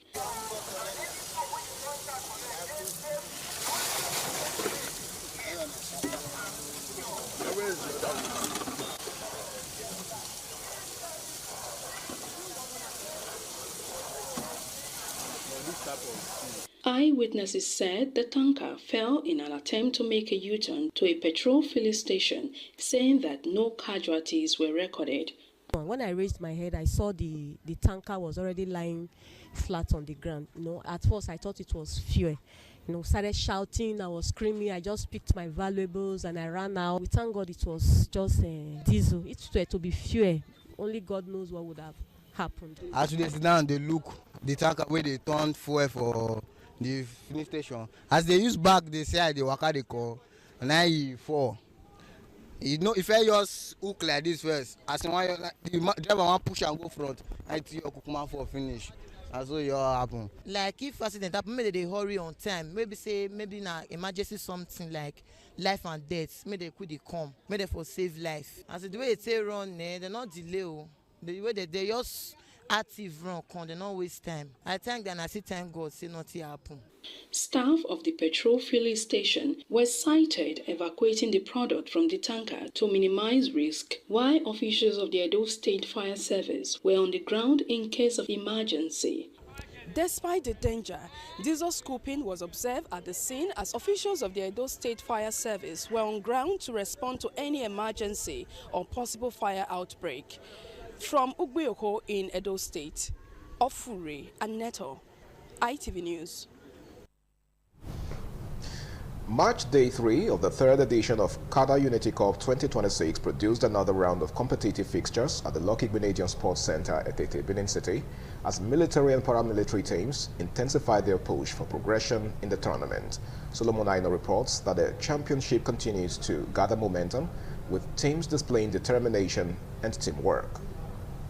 The Nigerian Police Force recorded a slim 1-0 victory over the Nigerian Immigration Service in the opening encounter, while the National Youth Service Corps (NYSA) claimed a 2-1 win against the Nigerian Security and Civil Defense Corps in a hard-fought match. In the final fixture of the day, the Nigerian Correctional Service edged past the Department of State Service (DSS) with a 1-0 result to complete Match Day 3. Players from the participating teams shared their thoughts after the game, expressing satisfaction with their team performance, while pledging improved display in subsequent matches. So we thank God for the game. Though our first match we won, but this second match, this is not what we plan normally, but anyhow it is, we'll keep pushing.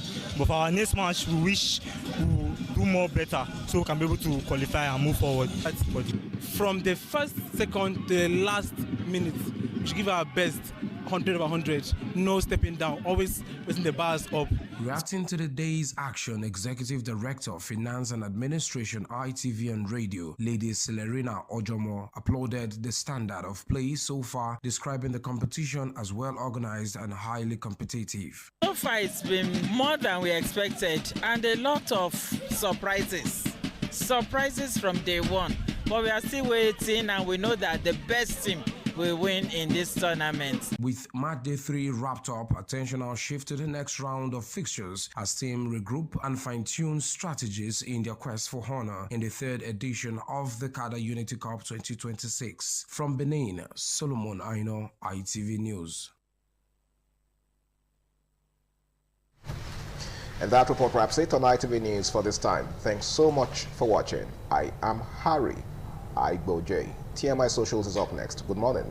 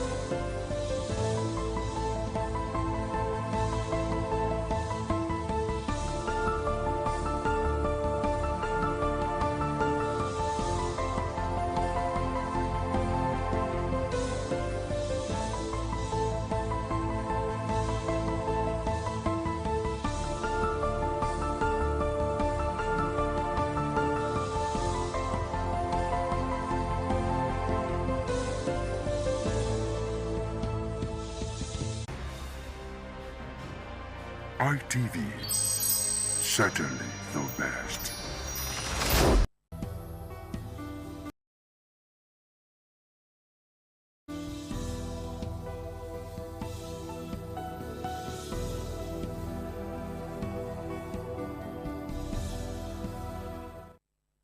My people, for us, I greet all of us who will be seeing they get our clear signals of independent television. My name is Thomas Sadu. So welcome to our program. This is the call who daughter the heart of the matter. You know, so we always go around and make we see yes, we go see how things stay the worker. Government property now one thing when we say people they look and say now government get not be our own. One that when we say you see they look and say government work have now show that they carry and put all the carry for head. Then make am like say if you see government property, you go live anyhow the way you never care whether government own or not be government own, you go treat them anyhow. So we can't ask us say after they say government don't spend money, do some things, put for person, put for the citizen, maybe say they see they use for across the state or anywhere across the country.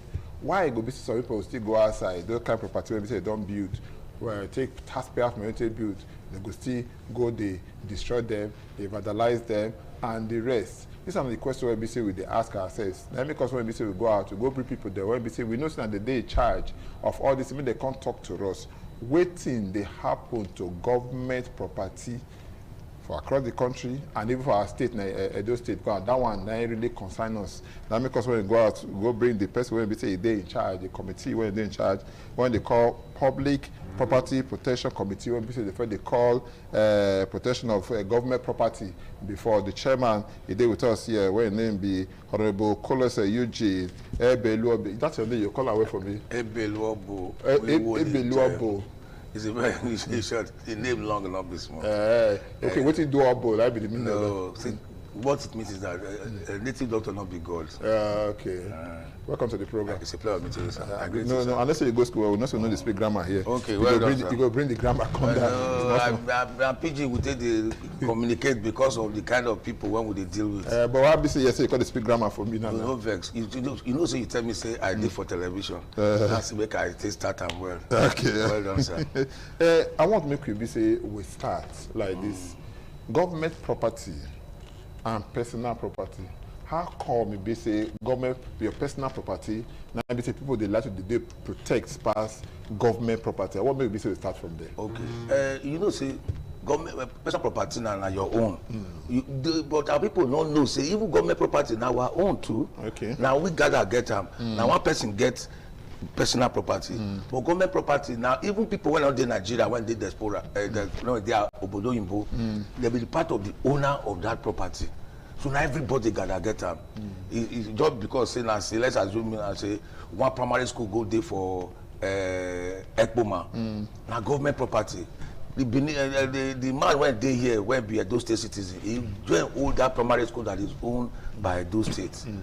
Now so that the difference with that one. Okay, this is they talk about school. When you enter inside school, we they see so many state-owned schools, both primary school, secondary school. We they see one thing, say people they encroach, they build inside the land. When the BCS say they build, when they see that government owned, there are plenty for almost everywhere.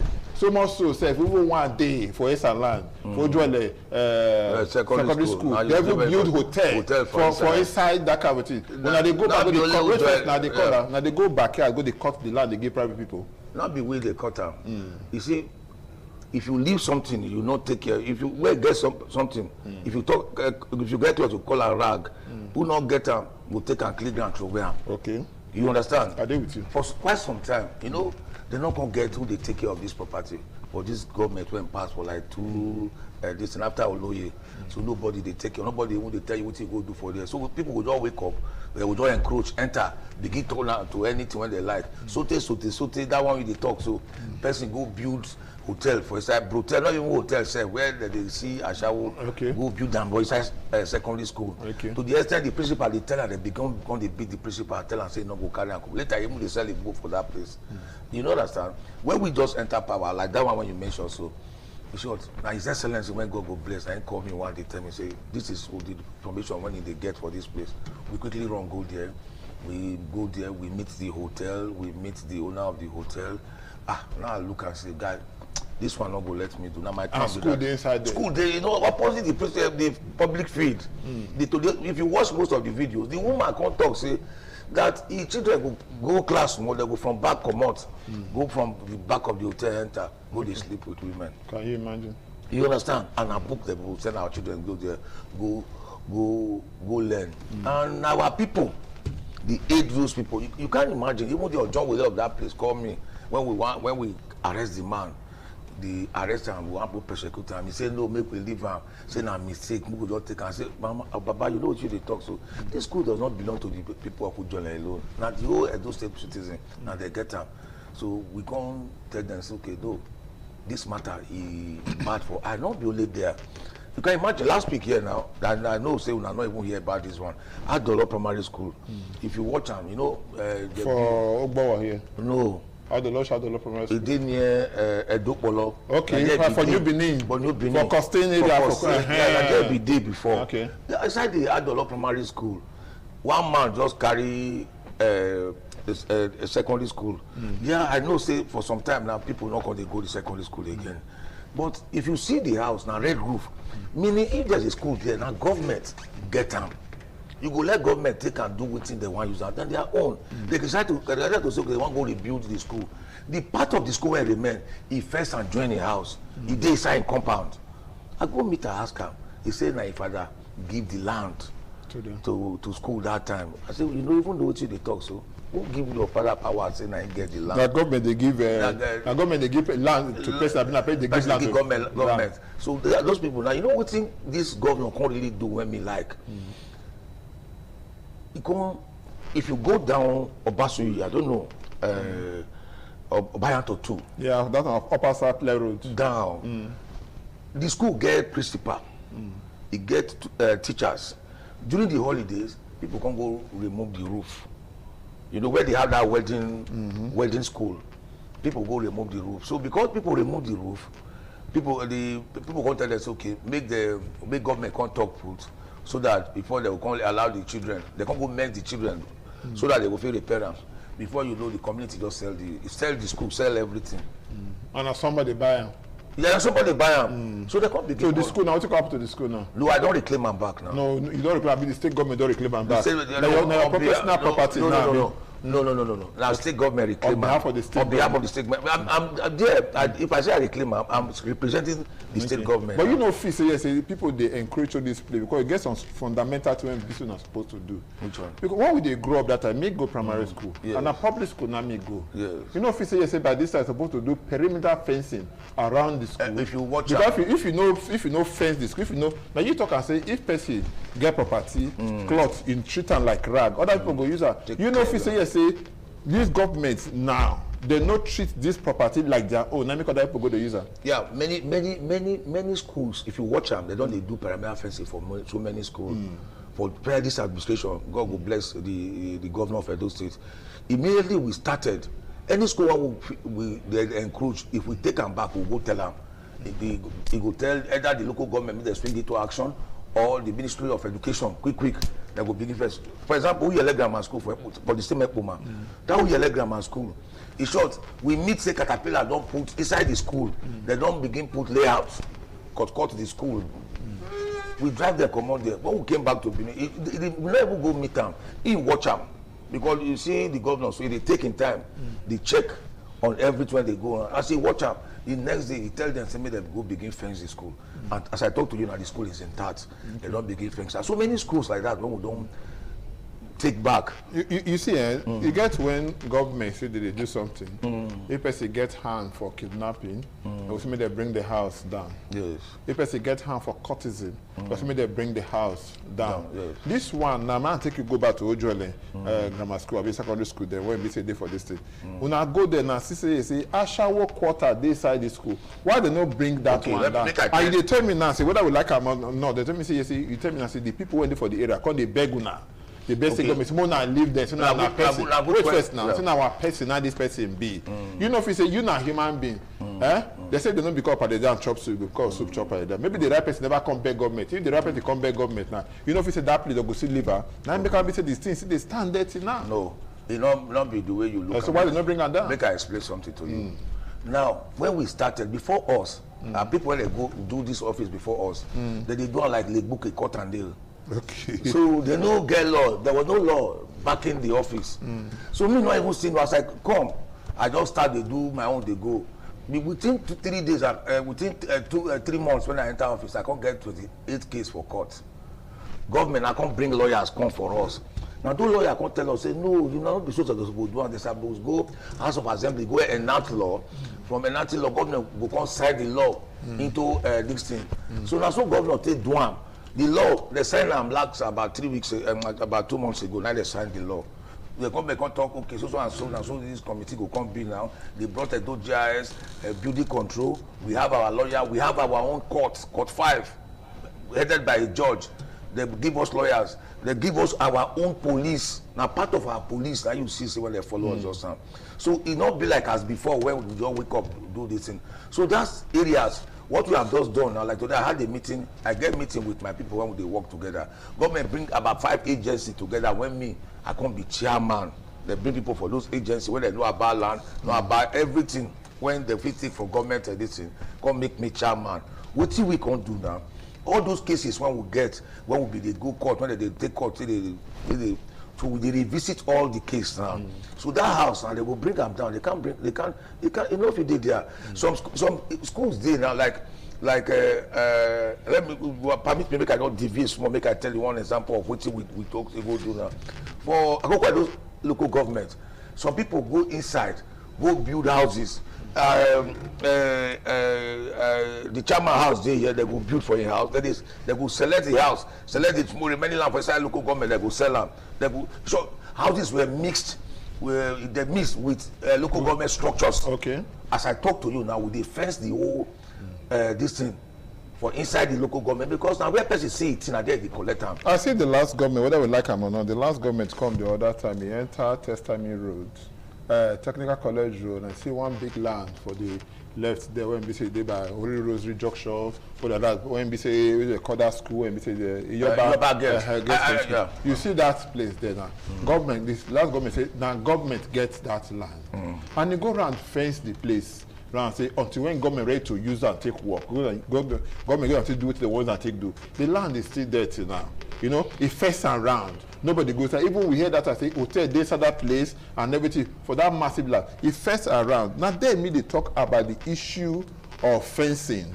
You don't understand? You know the issue of fencing. Because if we not fence some of this our land now, while go there, go down Sapele where you call the name just now. When you look down Sapele, you look once where they call Ogobi Primary School. Maybe you know Ogobi for Sapele Road there. When you read there around that Obey area, now there is the place there. Beautiful school and the rest. But the problem now, see, they no fence that school round. If you go the back of the school, people don't from back, they enter, they come, and the rest. So me, I don't need, you don't need to call me Thomas Ado or call me Side daughter or little man around town, maybe say tell you all of this one. While now they go round to go check all of this school, say government property, make we know how we go do it. Because now 2 years now, don't the waiter over 1 year now, don't the waiter second year. If you watch that, because another station you build, they get some stations now they do some things with. If I tell you, there's no day we know they move, no day. And not the only school will they take care of. They are every. No, they come to some other time. Okay, talk about it. I want to tell you about school. Now you talk about what will be now. You talk about. I talk to you so. The greatest problem what we get with this school, say that they encroach from back, we know they get not be man around. We don't need anybody to come. As we wake up for morning, Monday, Tuesday, Wednesday, we they share up. So we'll go this area. Today, we will go. I do not. We will come this. We they go. I don't know. They spend like 2-3 weeks for I do not. There are so many schools where we they recover from. Like I do not. There's it's not that time not permit me. I for play one video give you. We recover Auchi College. The encroachment in Auchi College, it passed over 2,000 houses. As I talk to you now, we don't mark them. Now, because one man, he build and say he go fence for them.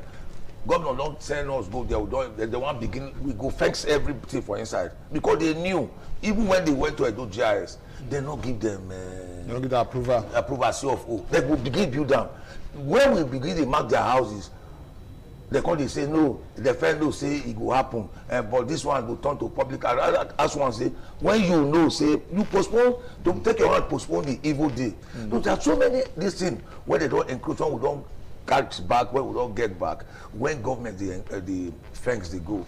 Now Jesus Christ and I get one of the smallest churches in the world that time. When they come, now let 12 people they go to church, so to speak, 12 disciples, they will say they get. I want to take your mind, go back to Abuja quarters for GRA. Yes. Now go that area, now we'll go on the overhead bridge, what is it they call them? This overhead cable, high tension cable, and they now remove all the things when they for that area. And we went up to that Abuja quarter down, but we don't understand, say people don't they come back. Go to that place and all of that. And some they talk and now say yes, they get some kind of financial inducement when we say they give them a committee. Now because when we say that they allow that they come back. That one a big lie. So what you come they come back? You ask me, you talk, make I say. No, it's not a big lie. You know, maybe the money, the money will not be the big lie. Make I answer you. Okay. This man talk say he be the worker saying a hand plenty for ground. As I talk to you, so millipede. As I talk to you, so you know where would they come from? I don't know. Where they come from? Where they come from? That high section. People where they talk about, so where would offers clear, where people go they talk say when would people go back then. People somebody did themselves when they want to try to allocate the place the remaining place where we don't go mark them this morning. We have given them 24 hours. We will carry our caterpillar go back to that place. You see, make I tell you, like I was saying, who can they collect the money from the people hand? Who they allocate now this land? Now not be we now. We take concern us concern. So now look and say they give government land to people. What now come to the Okaigele? The new law when we get down. No. The question I'm not asking about the law. The person wanna see say they allocate government land. They give people, individuals, land. I wanted to answer your question. You know, let me answer you. I know you. Let me answer you. Okay. That time, when we take good demolition that time, the law never come out. Okay. Now law come out now. Okay. The law start saying now fit allow the person sell land. No, if you enter government land now go stay. Now 3 years without option of fine. Another one did 10 years. Now different. I will give you one copy just before I come up for here. So this thing all day now. We just go there today now. Make we see one person when we go talk say I give this one so person money. But now some people don't go back. We see say people want go back. Like they never really go back for that side. When they go back now that Abuja quarters. And the Abuja quarters. And the Abuja quarters when they go back. So we don't set up committee today to go raid that place. Committee. Yes, we set up we set up task force. No more before now task force we be. Okay, now that's a committee now. Committee now. So we set up task force like we get rapid response now. Me be the chairman be chairman for there. We go run, do everything. So that place that they go, they take over that area, they patrol them. We want to try bring some because the elders when they did there, they don't come meet with us. We want to try put a measure on ground. When they not go fit, one person not fit put anything there again. Okay. Because if you check, you listen to that, why not be just even say that they not make that place fine. Number one, when they talk about Boko Haram, you go see plenty of them they inside one room. We not even do things that they do for them. Many people inside one room. Yeah, so those outside people. Apart from that, you go see for night that they sell drugs, sell cartridge, sell everything for that place. So now His Excellency say no, we cannot be talking about this and they are living inside the town. Look at how beautiful Abuja Port are there. So that will take clear up. So we already be the great meeting with the GET association. So they are going to assist us. We will clear that. No, we'll go there. If we catch anybody now, we'll carry and go court. Okay. Make I take you go back to one school where they call, if you have to come ahead now, Evaike Secondary School. Government do that one, they don't fence the place around. Beautiful fence and all of that. Well, but we come and say that school now, Evaike Secondary School, they get ranch for that place. Up all the work when we say government do now, if like say government cost to give the land, they come open ranch. And the other day now, we one of the cow come out to pursue one school picking. When we say the other school, pursue picking, go there. Waiting ranch go they do for inside or by the wall of a school when it's not government school. What the ranch they do for that? Okay, now for that one, first of all, the principal of the school now go blame. Okay. Because if you are don't read the school. I don't go there now. I don't drive. You see the ranch. I don't drive the cattle. You see the ranch. I see them. Yes, I see them. Okay. Drive the Hausa men. Drive the cattle. Come on. Okay. Tell them. I drove them that same day because I overheard it from your radio. That same day, now we go in and I will turn back because it's not really good for number one the smell when they enter that school. That this ranch when you talk about for along the road here now for Uselu, we gave the man. I know that we are not go to search inside my car now. We gave them 7 days ultimatum. We know don't tell them say just move come on because they look for where they will go. They will go. The ranch they inside so the house those 2 upstairs where they did by the ranch when they inside here now. They don't get window and people they sleep inside that place. It is smell safe. If you didn't put that motor park na problem. They say now one motor this and I give them. We gave the man 7 days. He came to my office today. I told him, look, we know if we discuss this matter because this is a matter of public interest. We carry us go tell us okay whether you go fit stay across the road. We go there after that traditional ground. The next place there, one man talk say because of cows when they pass their cows, say if you pass that road, they go infect them with some kind of diseases, skin disease and the rest of them. Even the people that get this, they have. they get where they set back all this wood for them. So we don't tell the man say 7 days from now, that was counting from yesterday, day for yesterday. Make it move. Make it know we no want see am for this town again. Make it go inside town, inside bush, go get ranch for them. But with the say that land, the man get the land. People don't know you get am. You get some kind of thing where they call matter of public interest. Where they say government, this thing what they do for here is no good.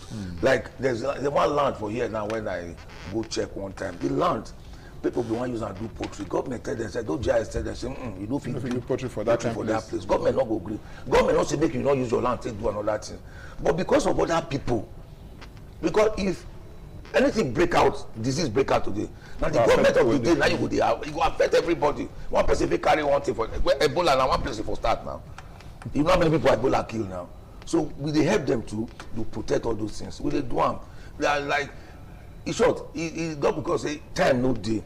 If I tell you many things when we don't do, when we do on daily basis, issues when we look into for our office on daily basis, you go tell me, sir, I'm going to forget power they do all these things. Look, we look this matter when they say it concerns street lights. Street lights, now one thing when they say we dey for Benin, before to beautify the streets and all the rest.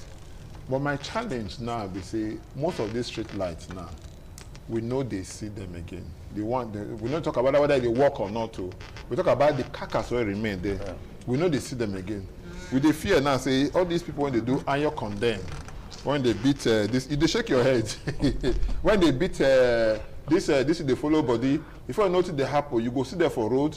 They break road, they remove the road when they say they for road. You go see there for where they call them street light, they go carry and come out. Even some public what they call them traffic lights, they know they spared. If they carry out or they come out. All these people, are they beyond arrest? What do they do for that regard? They are not beyond arrest, my brother. You know why they laugh, they shake my head. Last week here, I did drive, they come in the evening, I close. My boys, nobody there with me.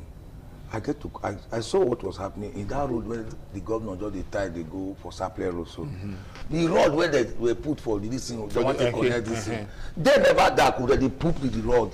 They pull the road. I don't talk because if only me go there, they fight me.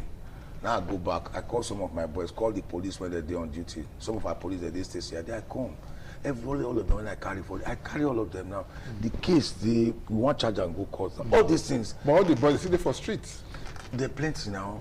We know with us, they are Nigerians. I know we don't wake up now go to catch boy. No, the ones when be so not catch. But they don't grant them bail, they for streets. They grant them bail until court talk say they do them. They not go fit go jail now. No, not be okay, now bailable offense now be say be. No, all our listen. If you do any government thing, a criminal offense, but they are bailable offense. They are bailable offense. Maybe by application now they go home. If we go they go to relax for house. Yes. Now until court talk say they guilty. You know what the law talk now. Okay. So me not go fit go they give somebody jungle justice. But we don't they see all of these people. What we say when they catch. We don't they hear them for years. I don't explain to you that when we started, we nearly go jail. They can't go start to bring our law. As I talk to you, so between our next 2-3 weeks, and you know process, you have to, if you take case, police go carry them, they go get this thing, they will go DPP and the rest of them. So about 12 to 15 cases they with their hand now. But we go even televise and we will like more than cover them. Effects they go pack them go court. So but from the day when they break off our side, when they did for a prison for there, about 5 or 6 of them, they did that side. So now so it be. Okay, I go one make it be say we put mouth small for these other people outside some of these government properties. They want to say they go vandalize. So we see some of if you go by back for back of this place, you understand? For off what they call it, back of stadium side, and the food there well. But by the time you say don't reach now, the number of this don't reach, you go see signs say the one they don't carry come out. It will plenty past the one when it be say he did there. I go one make it be say you give me answer to that question. After we see this very short break, we'll see what TBC they happen around us. No go anywhere. Our people for us, we talk with the chairman for, not say the country the name that time, the chairman, Edo State Protection of, Edo State Protection, Public Property Protection Committee. When we say they call Edo State Protection on Government Property, the chairman, they with us here when we say his name now. Call say Eugene Ebelobe. That you call him Ebelobo. Yes. But every when we come back, we talk to her. At that time, we go open the lines so that you can call you, make you answer questions. The one we say a day or mind. At the number we say you take caller, we will display the number only when we come back. No go anywhere. Stay with us.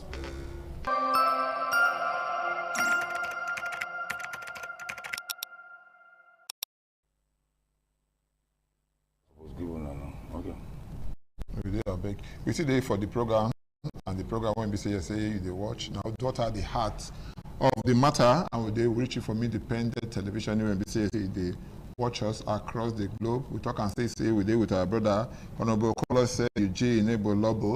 Welcome to the program. Thank you very much. Again, and I'm the chairman of Public Protection and Public Property Protection Committee. Yeah. Welcome again to the program. You, now we go open the lines that make it be so you call it. You don't take up. Let me press the number for there.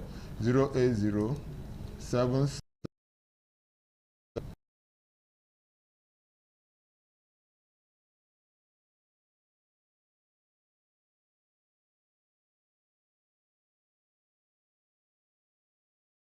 Will go talk to us. I want to make it be say you check one thing.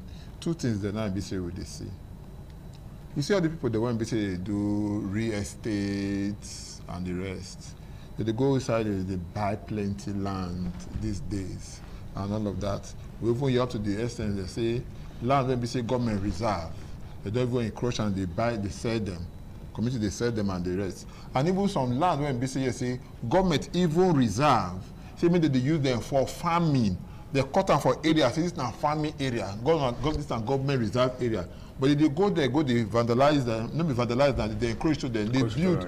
They they sell the land to people, and people they do different things inside. What now they do about those one? But before then, one call they come because now the first call. We'll take this first call. Hello. Good evening. Hello. Good evening. Hello. Good evening. Good evening. Yeah. What will be your name? My name is Daniel Saudion from Bula Cabinet. Okay, Daniel Saudion. I beg you help reduce the volume for television. What can come on there? I don't do that one. Okay, talk to us. The true what I want to discuss a very important one. Thank you. This is ITV. Certainly the best.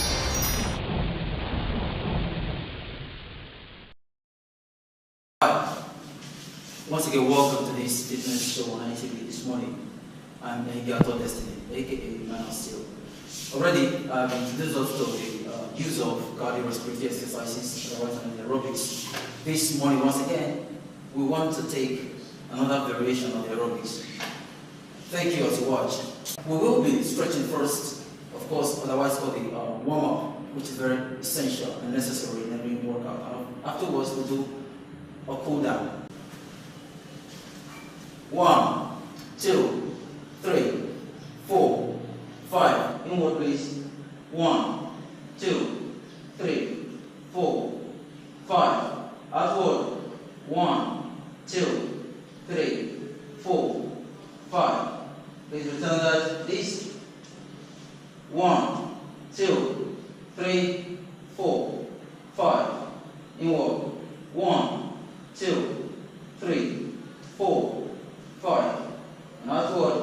1, 2, 3, 4, 5. Alright. For our waist and of course on our torso, we have to do some stretching. Please place your hand by your side. And let's go. This direction first, please. Let's go. 1, 2, 3. Alright, that will be fine. Now go this way. 1, 2, 3. Alright. And before the last one, let's place our hand behind our back. Mind you, it's proper this way. Don't go like this, it's wrong. Just do this or alternatively do this. Alright, but I prefer this personally. 1, 2, 3. Yeah, that should stretch your back for you. Of course, let's do our thigh stretch. 1, 2, 3. Remember, when you pull your thigh, ensure that your elbow is directly facing, your knee is directly facing the ground. Alright? 1, 2, 3. Yeah, that'll be fine. Guys, are we good? Alright, the first program to be run this morning will be the mountain climb. Yeah, many of you are conversant with this move. And of course, we will be introducing more to you. But for now, let's hit this. Alright, let's step down to it. Yeah, all good? Yeah, good. Let's go. We're going 3 sets and 10 reps each. Let's go. 1, 2, 3, 4, 5, 6, 7, 8, 9, and 10. Woo! Alright, please. Woo! Yeah. How do you feel? Yeah. That was set 1. It's necessary you do your workout, the reps, and you set. Alright, so that was the first set. And we're not wasting time waiting for the second set. The minimum break duration for every set should not exceed 20 seconds and a minimum of 10 seconds. Alright, we're good with 10. Of course. Let's do it again. Alright, let's go. 3, 2, hit it. 1, 2, 3, 4, 5, 6, 7, 8, 9, and 10. Alright, when you do this, more effect will come to your abdominal region if you just look up while doing it. What I mean is this. Alright? So not all the way this. But there's nothing wrong with staying this way. Uphill. Breathing your head might place more pressure. Alright, for the very last set of this mountain climb, let's get down, please. Let's go. 3, 2, 1, go. 1, 2, 3, 4, 5, 6, 7, 8, 9, and 10. Alright, at this junction, we will take a water break. We'll join you in the next workout for this very session. Thanks very much. Once again, I'm here for Destiny. Alright, let's do this. 1, 2, 3, 4, 5, 6, 7, 8, 9, and 10. Whoa. Yeah, you have to let it work a little bit, please. 3, 2, 1. This is when you do this, ensure that your knee gets to the level of your chest. Okay? Well, that's the maximum level you get. And of course, the minimum here. I understand not everyone is as flexible as I am or as anyone here. Please, we'll just keep it safe and do the right thing. Thanks very much. Alright, we'll go on the left. 3, 2, 1, go. 1, 2, 3, 4, 5, 6, 7, 8, 9, and 10. Whoa, that's exhausting. How do you feel? Yeah, thank you very much. And this is the last set of this workout. Remember, every workout should be done this set and the rest. Alright, thank you. Let's do this. Let's go to the left. To right, brother. 3, 2, 1. Let's hit it. 1, 2, 3, 4, 5, 6, 7, 8, 9, and 10. Yeah, we'll also go. 3, 2, go. 1, 2, 3, 4, 5, 6, 7, 8, 9, and 10. Whoa. And that'll be all for this morning. Alright, remember, I said in the beginning, before any workout, there's need for a warm-up. And after that, there's also need for cool-down. This is the cool-down. Alright guys, just sustain it. ITV, certainly the best.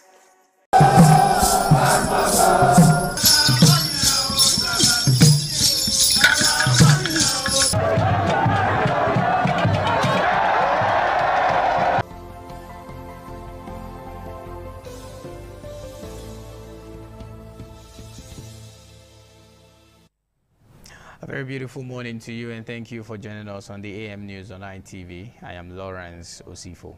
We'll begin in the State House, where President Bola Tinubu on Thursday has launched Nigeria's national halal economy strategy, aimed at positioning the country to tap into the $7.7 trillion global halal market and diversify its economy. Our State House correspondent Ikaro Atta reports that the president described the unveiling of the strategy as a signal of Nigeria's readiness to join the world in grabbing a huge chunk of the global halal economy already embraced by leading nations. President Bola Tinubu was represented at Thursday's unveiling of the Nigerian National Halal Economic Strategy at the Presidential Villa, Abuja, by his Deputy Vice President Kashim Shettima. Speaking, he called for discipline, inclusive and measurable action for the strategy to deliver jobs and shared prosperity across the country. The Vice President outlined what he described as clear and measurable ambition set by strategy as he allays concern by those linking the halal with religious affiliation. He pointed out that global halal economy had since outgrown parochial interpretation. The Vice President noted further that many advanced Western economies have since recognized the commercial and ethical appeal of the halal economy and have integrated it into their export and quality assurance system. The President of the Federal Republic of Nigeria, President Bola Ahmed Tinubu, is unequivocally committed to repositioning the Nigerian economy. But the task ahead us as far as the halal economy is simple. Is to ensure alignment between policy and practice, between ambition and delivery. Government will play its coordinating role. The private sector must bring innovation and investment. Our development partners will find in Nigeria a serious and prepared counterpart. Because Nigeria must be an economy defined not only by volume, but by value, not only by growth, but by trust.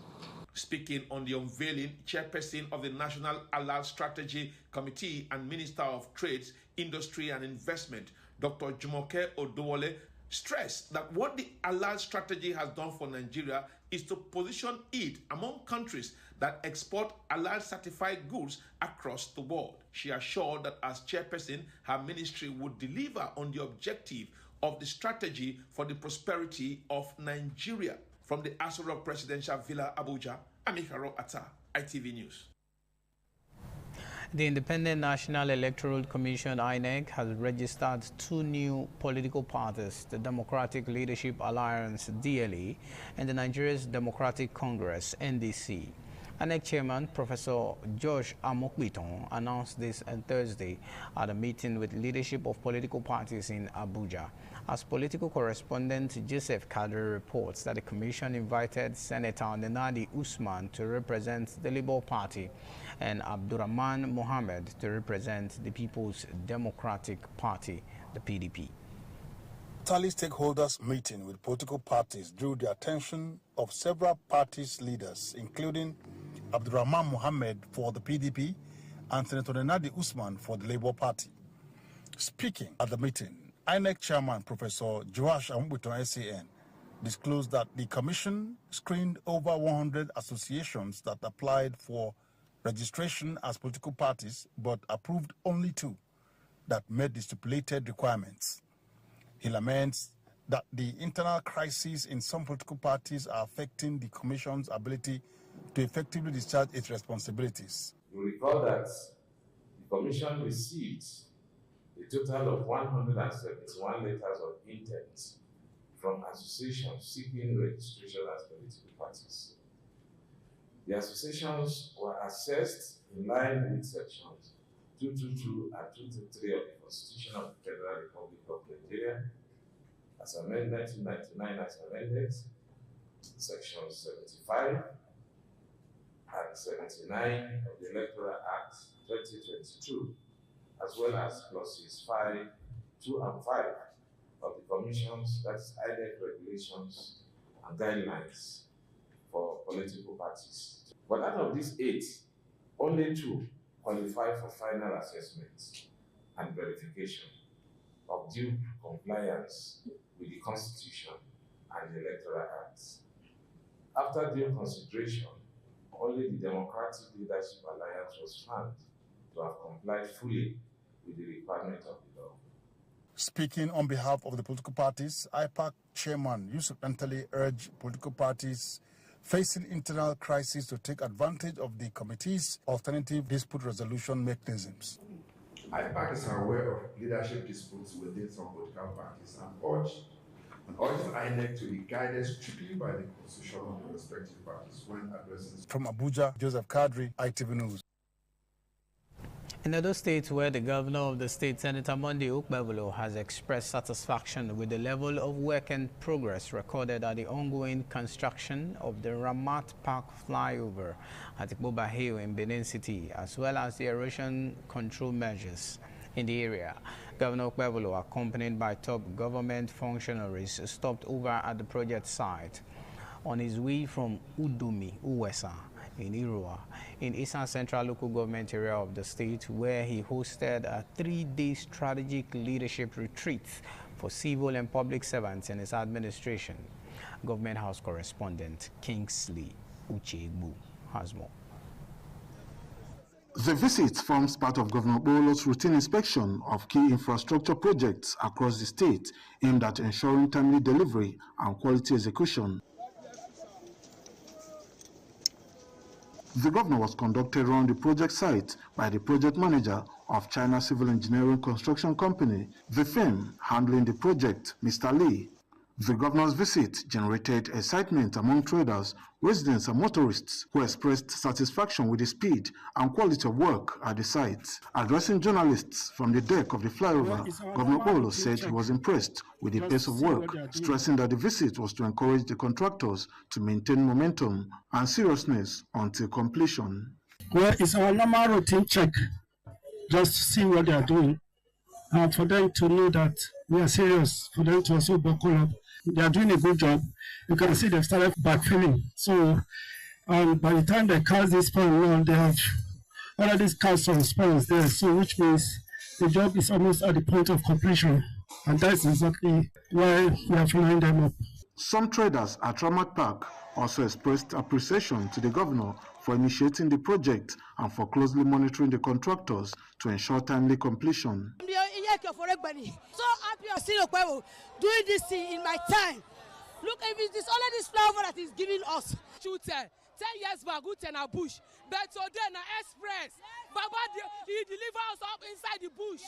Street lights. Governor Okpebholo further inspected ongoing erosion control works at Orebeni and its environs as part of his administration's commitment to improving infrastructure, easing traffic congestion, and addressing environmental challenges in Benin City. Kingsley Uchegbu, ITV News. In Kwara State, where Governor Abdurrahman Abdulrazak has described the deadly attack in some communities of the state as a pure massacre, saying 75 people were killed in the incident and have been buried.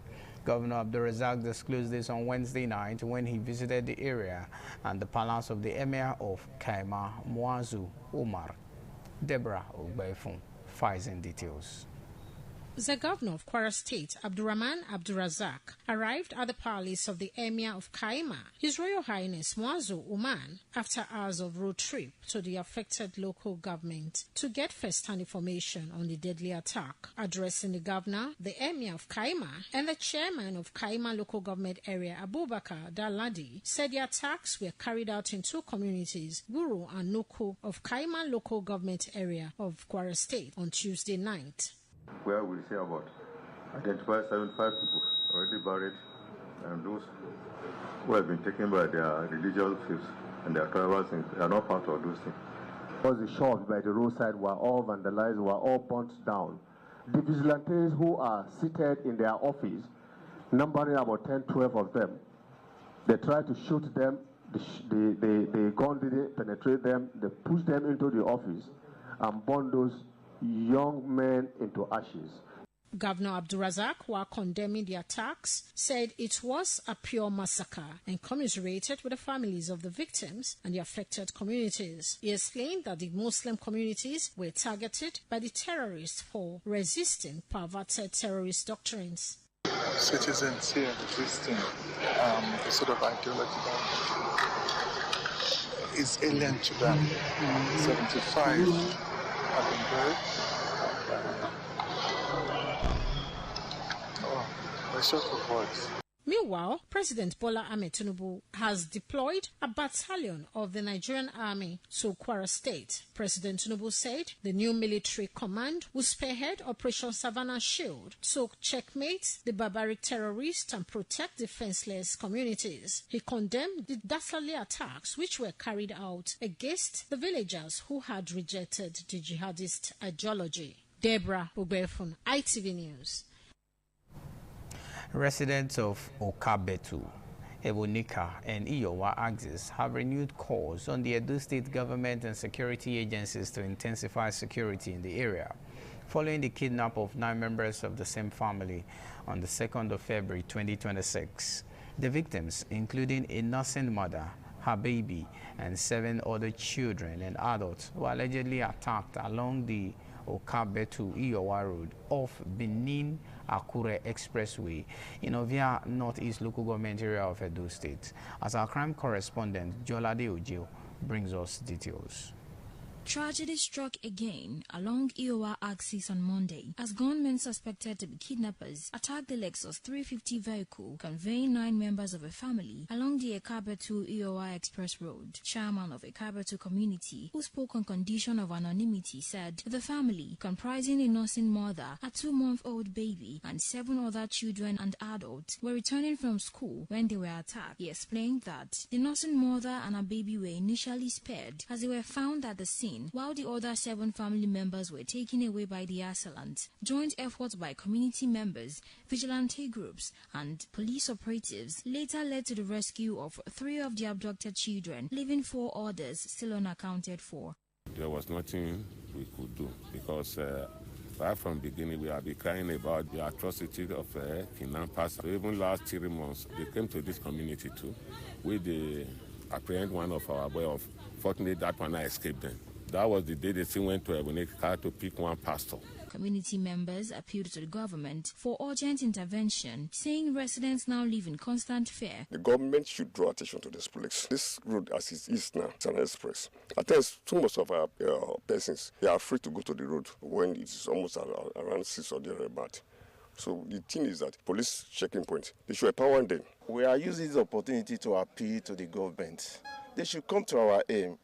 The situation whereby you cannot sleep and close your eye, kidnapping every day, is really affecting us. Meanwhile, the Edo State Police Command Public Relations Officer, ASP Eno Ikoedem, says police operatives in collaboration with hunters and local vigilantes have launched an intensive bush combing operation in the area. The commander assures the public that all necessary resources within its disposal have been deployed and every possible step is being taken to secure the safe rescue of the remaining victims. From Benin, Jola Diojo, ITV News. Across sections of Nigerians have expressed mixed reactions to the Senate's rejection of a bill seeking to make electronic transmission of election results mandatory following the passage of the Electoral Act 2022, repealed in Reenactment Amendment Bill 2026 after its 3rd reading. While some Nigerians says that the decision would weaken transparency and public confidence in the electoral process. Others were of the opinion that challenges such as poor network coverage, cybersecurity risk, and logistics must be addressed before electronic transmission of results can be made compulsory. As Patience Osarogiwa, who sampled the opinions of respondents, brings us the details.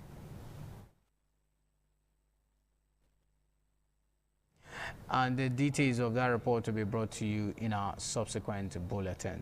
Some masked youth on Wednesday were alleged to have attempted to burn down the new Edo State campaign office of the African Democratic Congress, ADC, along Ugbelaka Street in Benin City. According to the state party chairman, Ken Odion, he said that the incident occurred at about 8 p.m. on Wednesday night. Jonah Omorowa has more. The destruction and attempted arson on the new Edo State African Democratic Congress Secretariat along Ugbelaka Street in Benin City were visible when the news crew visited the scene. It was observed that the sliding windows were destroyed while the party's banner and flags were torn and brought down. Edo State Chairman of the African Democratic Congress, Ken Odion, and the brother to the landlord of the affected property, Barrister Chris Agugu, described the incident as unfortunate. What has happened here is anti-democracy. Nigeria is a multi-party system that this country is running. So nobody can say that Nigerians don't have right to belong to a political party that they want to belong. So we are calling on security agency to carry out this investigation, because these persons, they are not ghosts, they are human beings, they live in our society. So they must get to the root of this matter. Thank God that the fire did not go beyond this. Ordinarily, they would have raised all my documents, raised everything, and I know I prepared this agreement less than a month ago. Others who spoke were of the view that political violence characterized by physical and psychological acts aimed at injuring or intimidating political opponents should be discouraged ahead of the next general elections. From Benin, Jonah Omowa, ITV News. The acting chairman of Oredo Local Government Council Area, Honorable Gabriel Iduseri, has called for peace and harmony between members of the Hamburger Traders Union, Oba Market, and their landlord. The acting chairman made the appeal when members of the union took their protest to the council secretariat in Benin City. Addressing the aggrieved members of the Hamburger Traders Union, Oba Market, who staged a peaceful protest with placards and chanted solidarity songs over alleged quit notices and takeovers of their shops. Engineer Gabriel Iduseri said that peace and harmony remain the only panacea for resolving the lingering issues and agitations. Assuring the traders of his administration's commitment to justice, equity and fairness, the acting chairman noted that the welfare of the traders and small businesses and their owners remains a core priority of his government. Honorable Iduseri further promised that all issues raised by the traders would be thoroughly investigated and resolved transparently, while urging them to remain calm and law-abiding.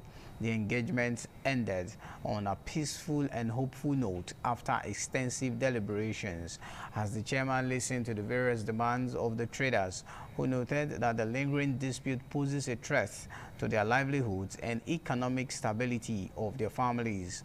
Meanwhile, Honorable Iduseri reiterated the effort of Governor Monday Okpebholo's administration in the ongoing construction of Oba Market.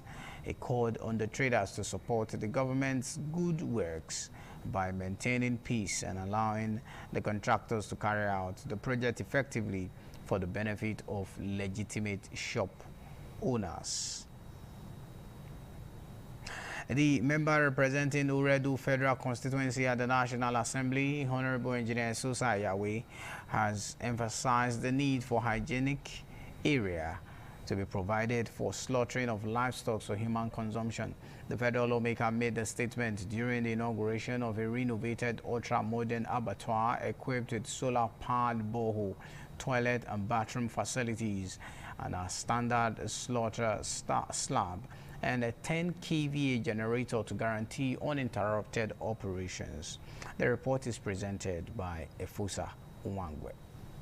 The renovation of the abattoir was facilitated by the member representing Oredo Federal Constituency, Honorable Esosa Yahweh, as part of his constituency project. In his remarks, Honorable Esosa Yahweh said the project aligns with the renewed hope agenda of President Bola Tinubu and the shine agenda of Governor Monday Okpebholo, aimed at improving infrastructure, public health and livestock standards in Edo State. I have some privileges to get some abattoirs renovated by putting a usable toilet, bathroom, solar borehole, generator, and some other amenities. So I will advise the staffs of this venture to use it wisely and to increase their productivity when they work on their business for the abattoir business. National President of the National Butchers Union of Nigeria and Chief Executive Officer of the Abattoir, Honorable Sonny Omokao, said the initiative was driven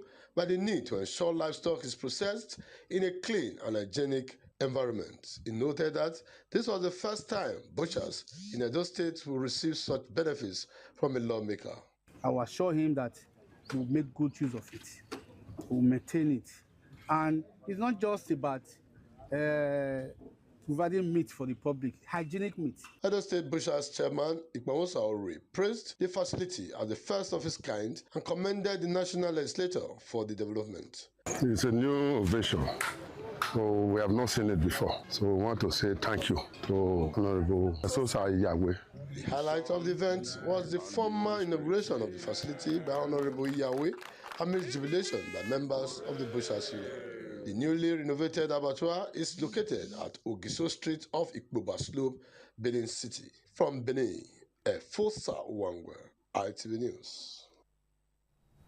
Talking sport, where the group stage of the third edition of the Kada Unity Cup 2026 came to a close at the Lucky Igbenedion Sports Center in Etete, GRA Benin City, with match day 4 delivering decisive results as teams battled for the remaining quarter-final ticket in the military and paramilitary championship. Solomon Aina reports that the final round of the group matches reshaped the tournament's landscape, with some sides booking passage into the knockout phase, while others bowed out of the competition. The Nigerian Army produced a commanding performance, whitewashing the Federal Fire Service 4-0, while the Economic and Financial Crime Commission (EFCC) secured a 2-0 victory over the Nigerian Police Force. In another encounter, the National Youth Service Corps (NYSC) maintained the impressive run with a 3-1 win against the National Drug Law Enforcement Agency (NDLEA). The result confirmed the exit of the defending champion Nigerian Police Force, while NYSC, the Nigerian Army, and EFCC were amongst the team that sealed qualification to the quarterfinals. Players from the various teams reflected on their matches at the end of the proceedings, expressing mixed emotion as some celebrated progression while others acknowledged elimination. I would like to thank God for giving me the privilege to have the amazing award, and by God's grace, this tournament will be the winner. I want to play better football to win. I'm very happy for today's victory. I'm very happy. I'm sure that in the quarterfinal that we also win the match. Chairman of the local organizing committee and Edo State Football Association, Fred Newton, also reacted to the conclusion of the group phase, commending the conduct of the teams and officials while expressing optimism for an even more exciting knockout stage. There are some surprise results that nobody envisaged that will happen, especially the defending champion, the police machine, that has been eliminated from this tournament. For the 3 years running, they've been playing the finals, and now they will not be seeing police in the final. And there's a surprise teams also that came up and with great resilience, like the NYC boys that fought to win their last game to enable them to qualify for the quarterfinal stage. It has been a wonderful tournament so far. With the group phase now concluded, attention turns to the quarterfinals as action resumes on Saturday, February 7th, 2026, with qualified teams set to intensify their chase for the Kada Unity Cup title. From Benin, Solomon Aino, ITV News. And with our sports report, to call it a wrap on the AM News on ITV. I am Lawrence Osifo, thanking you for watching. From everyone here, do have a beautiful Friday ahead of you. Bye for now.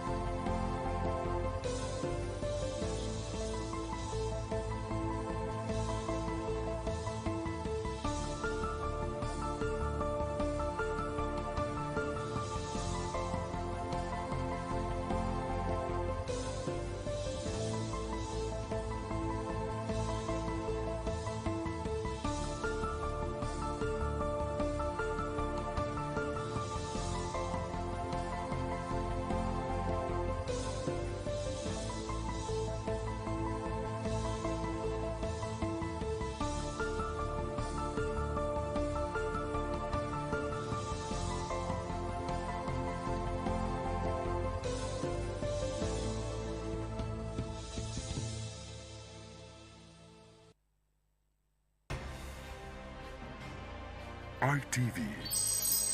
ITV, certainly the best.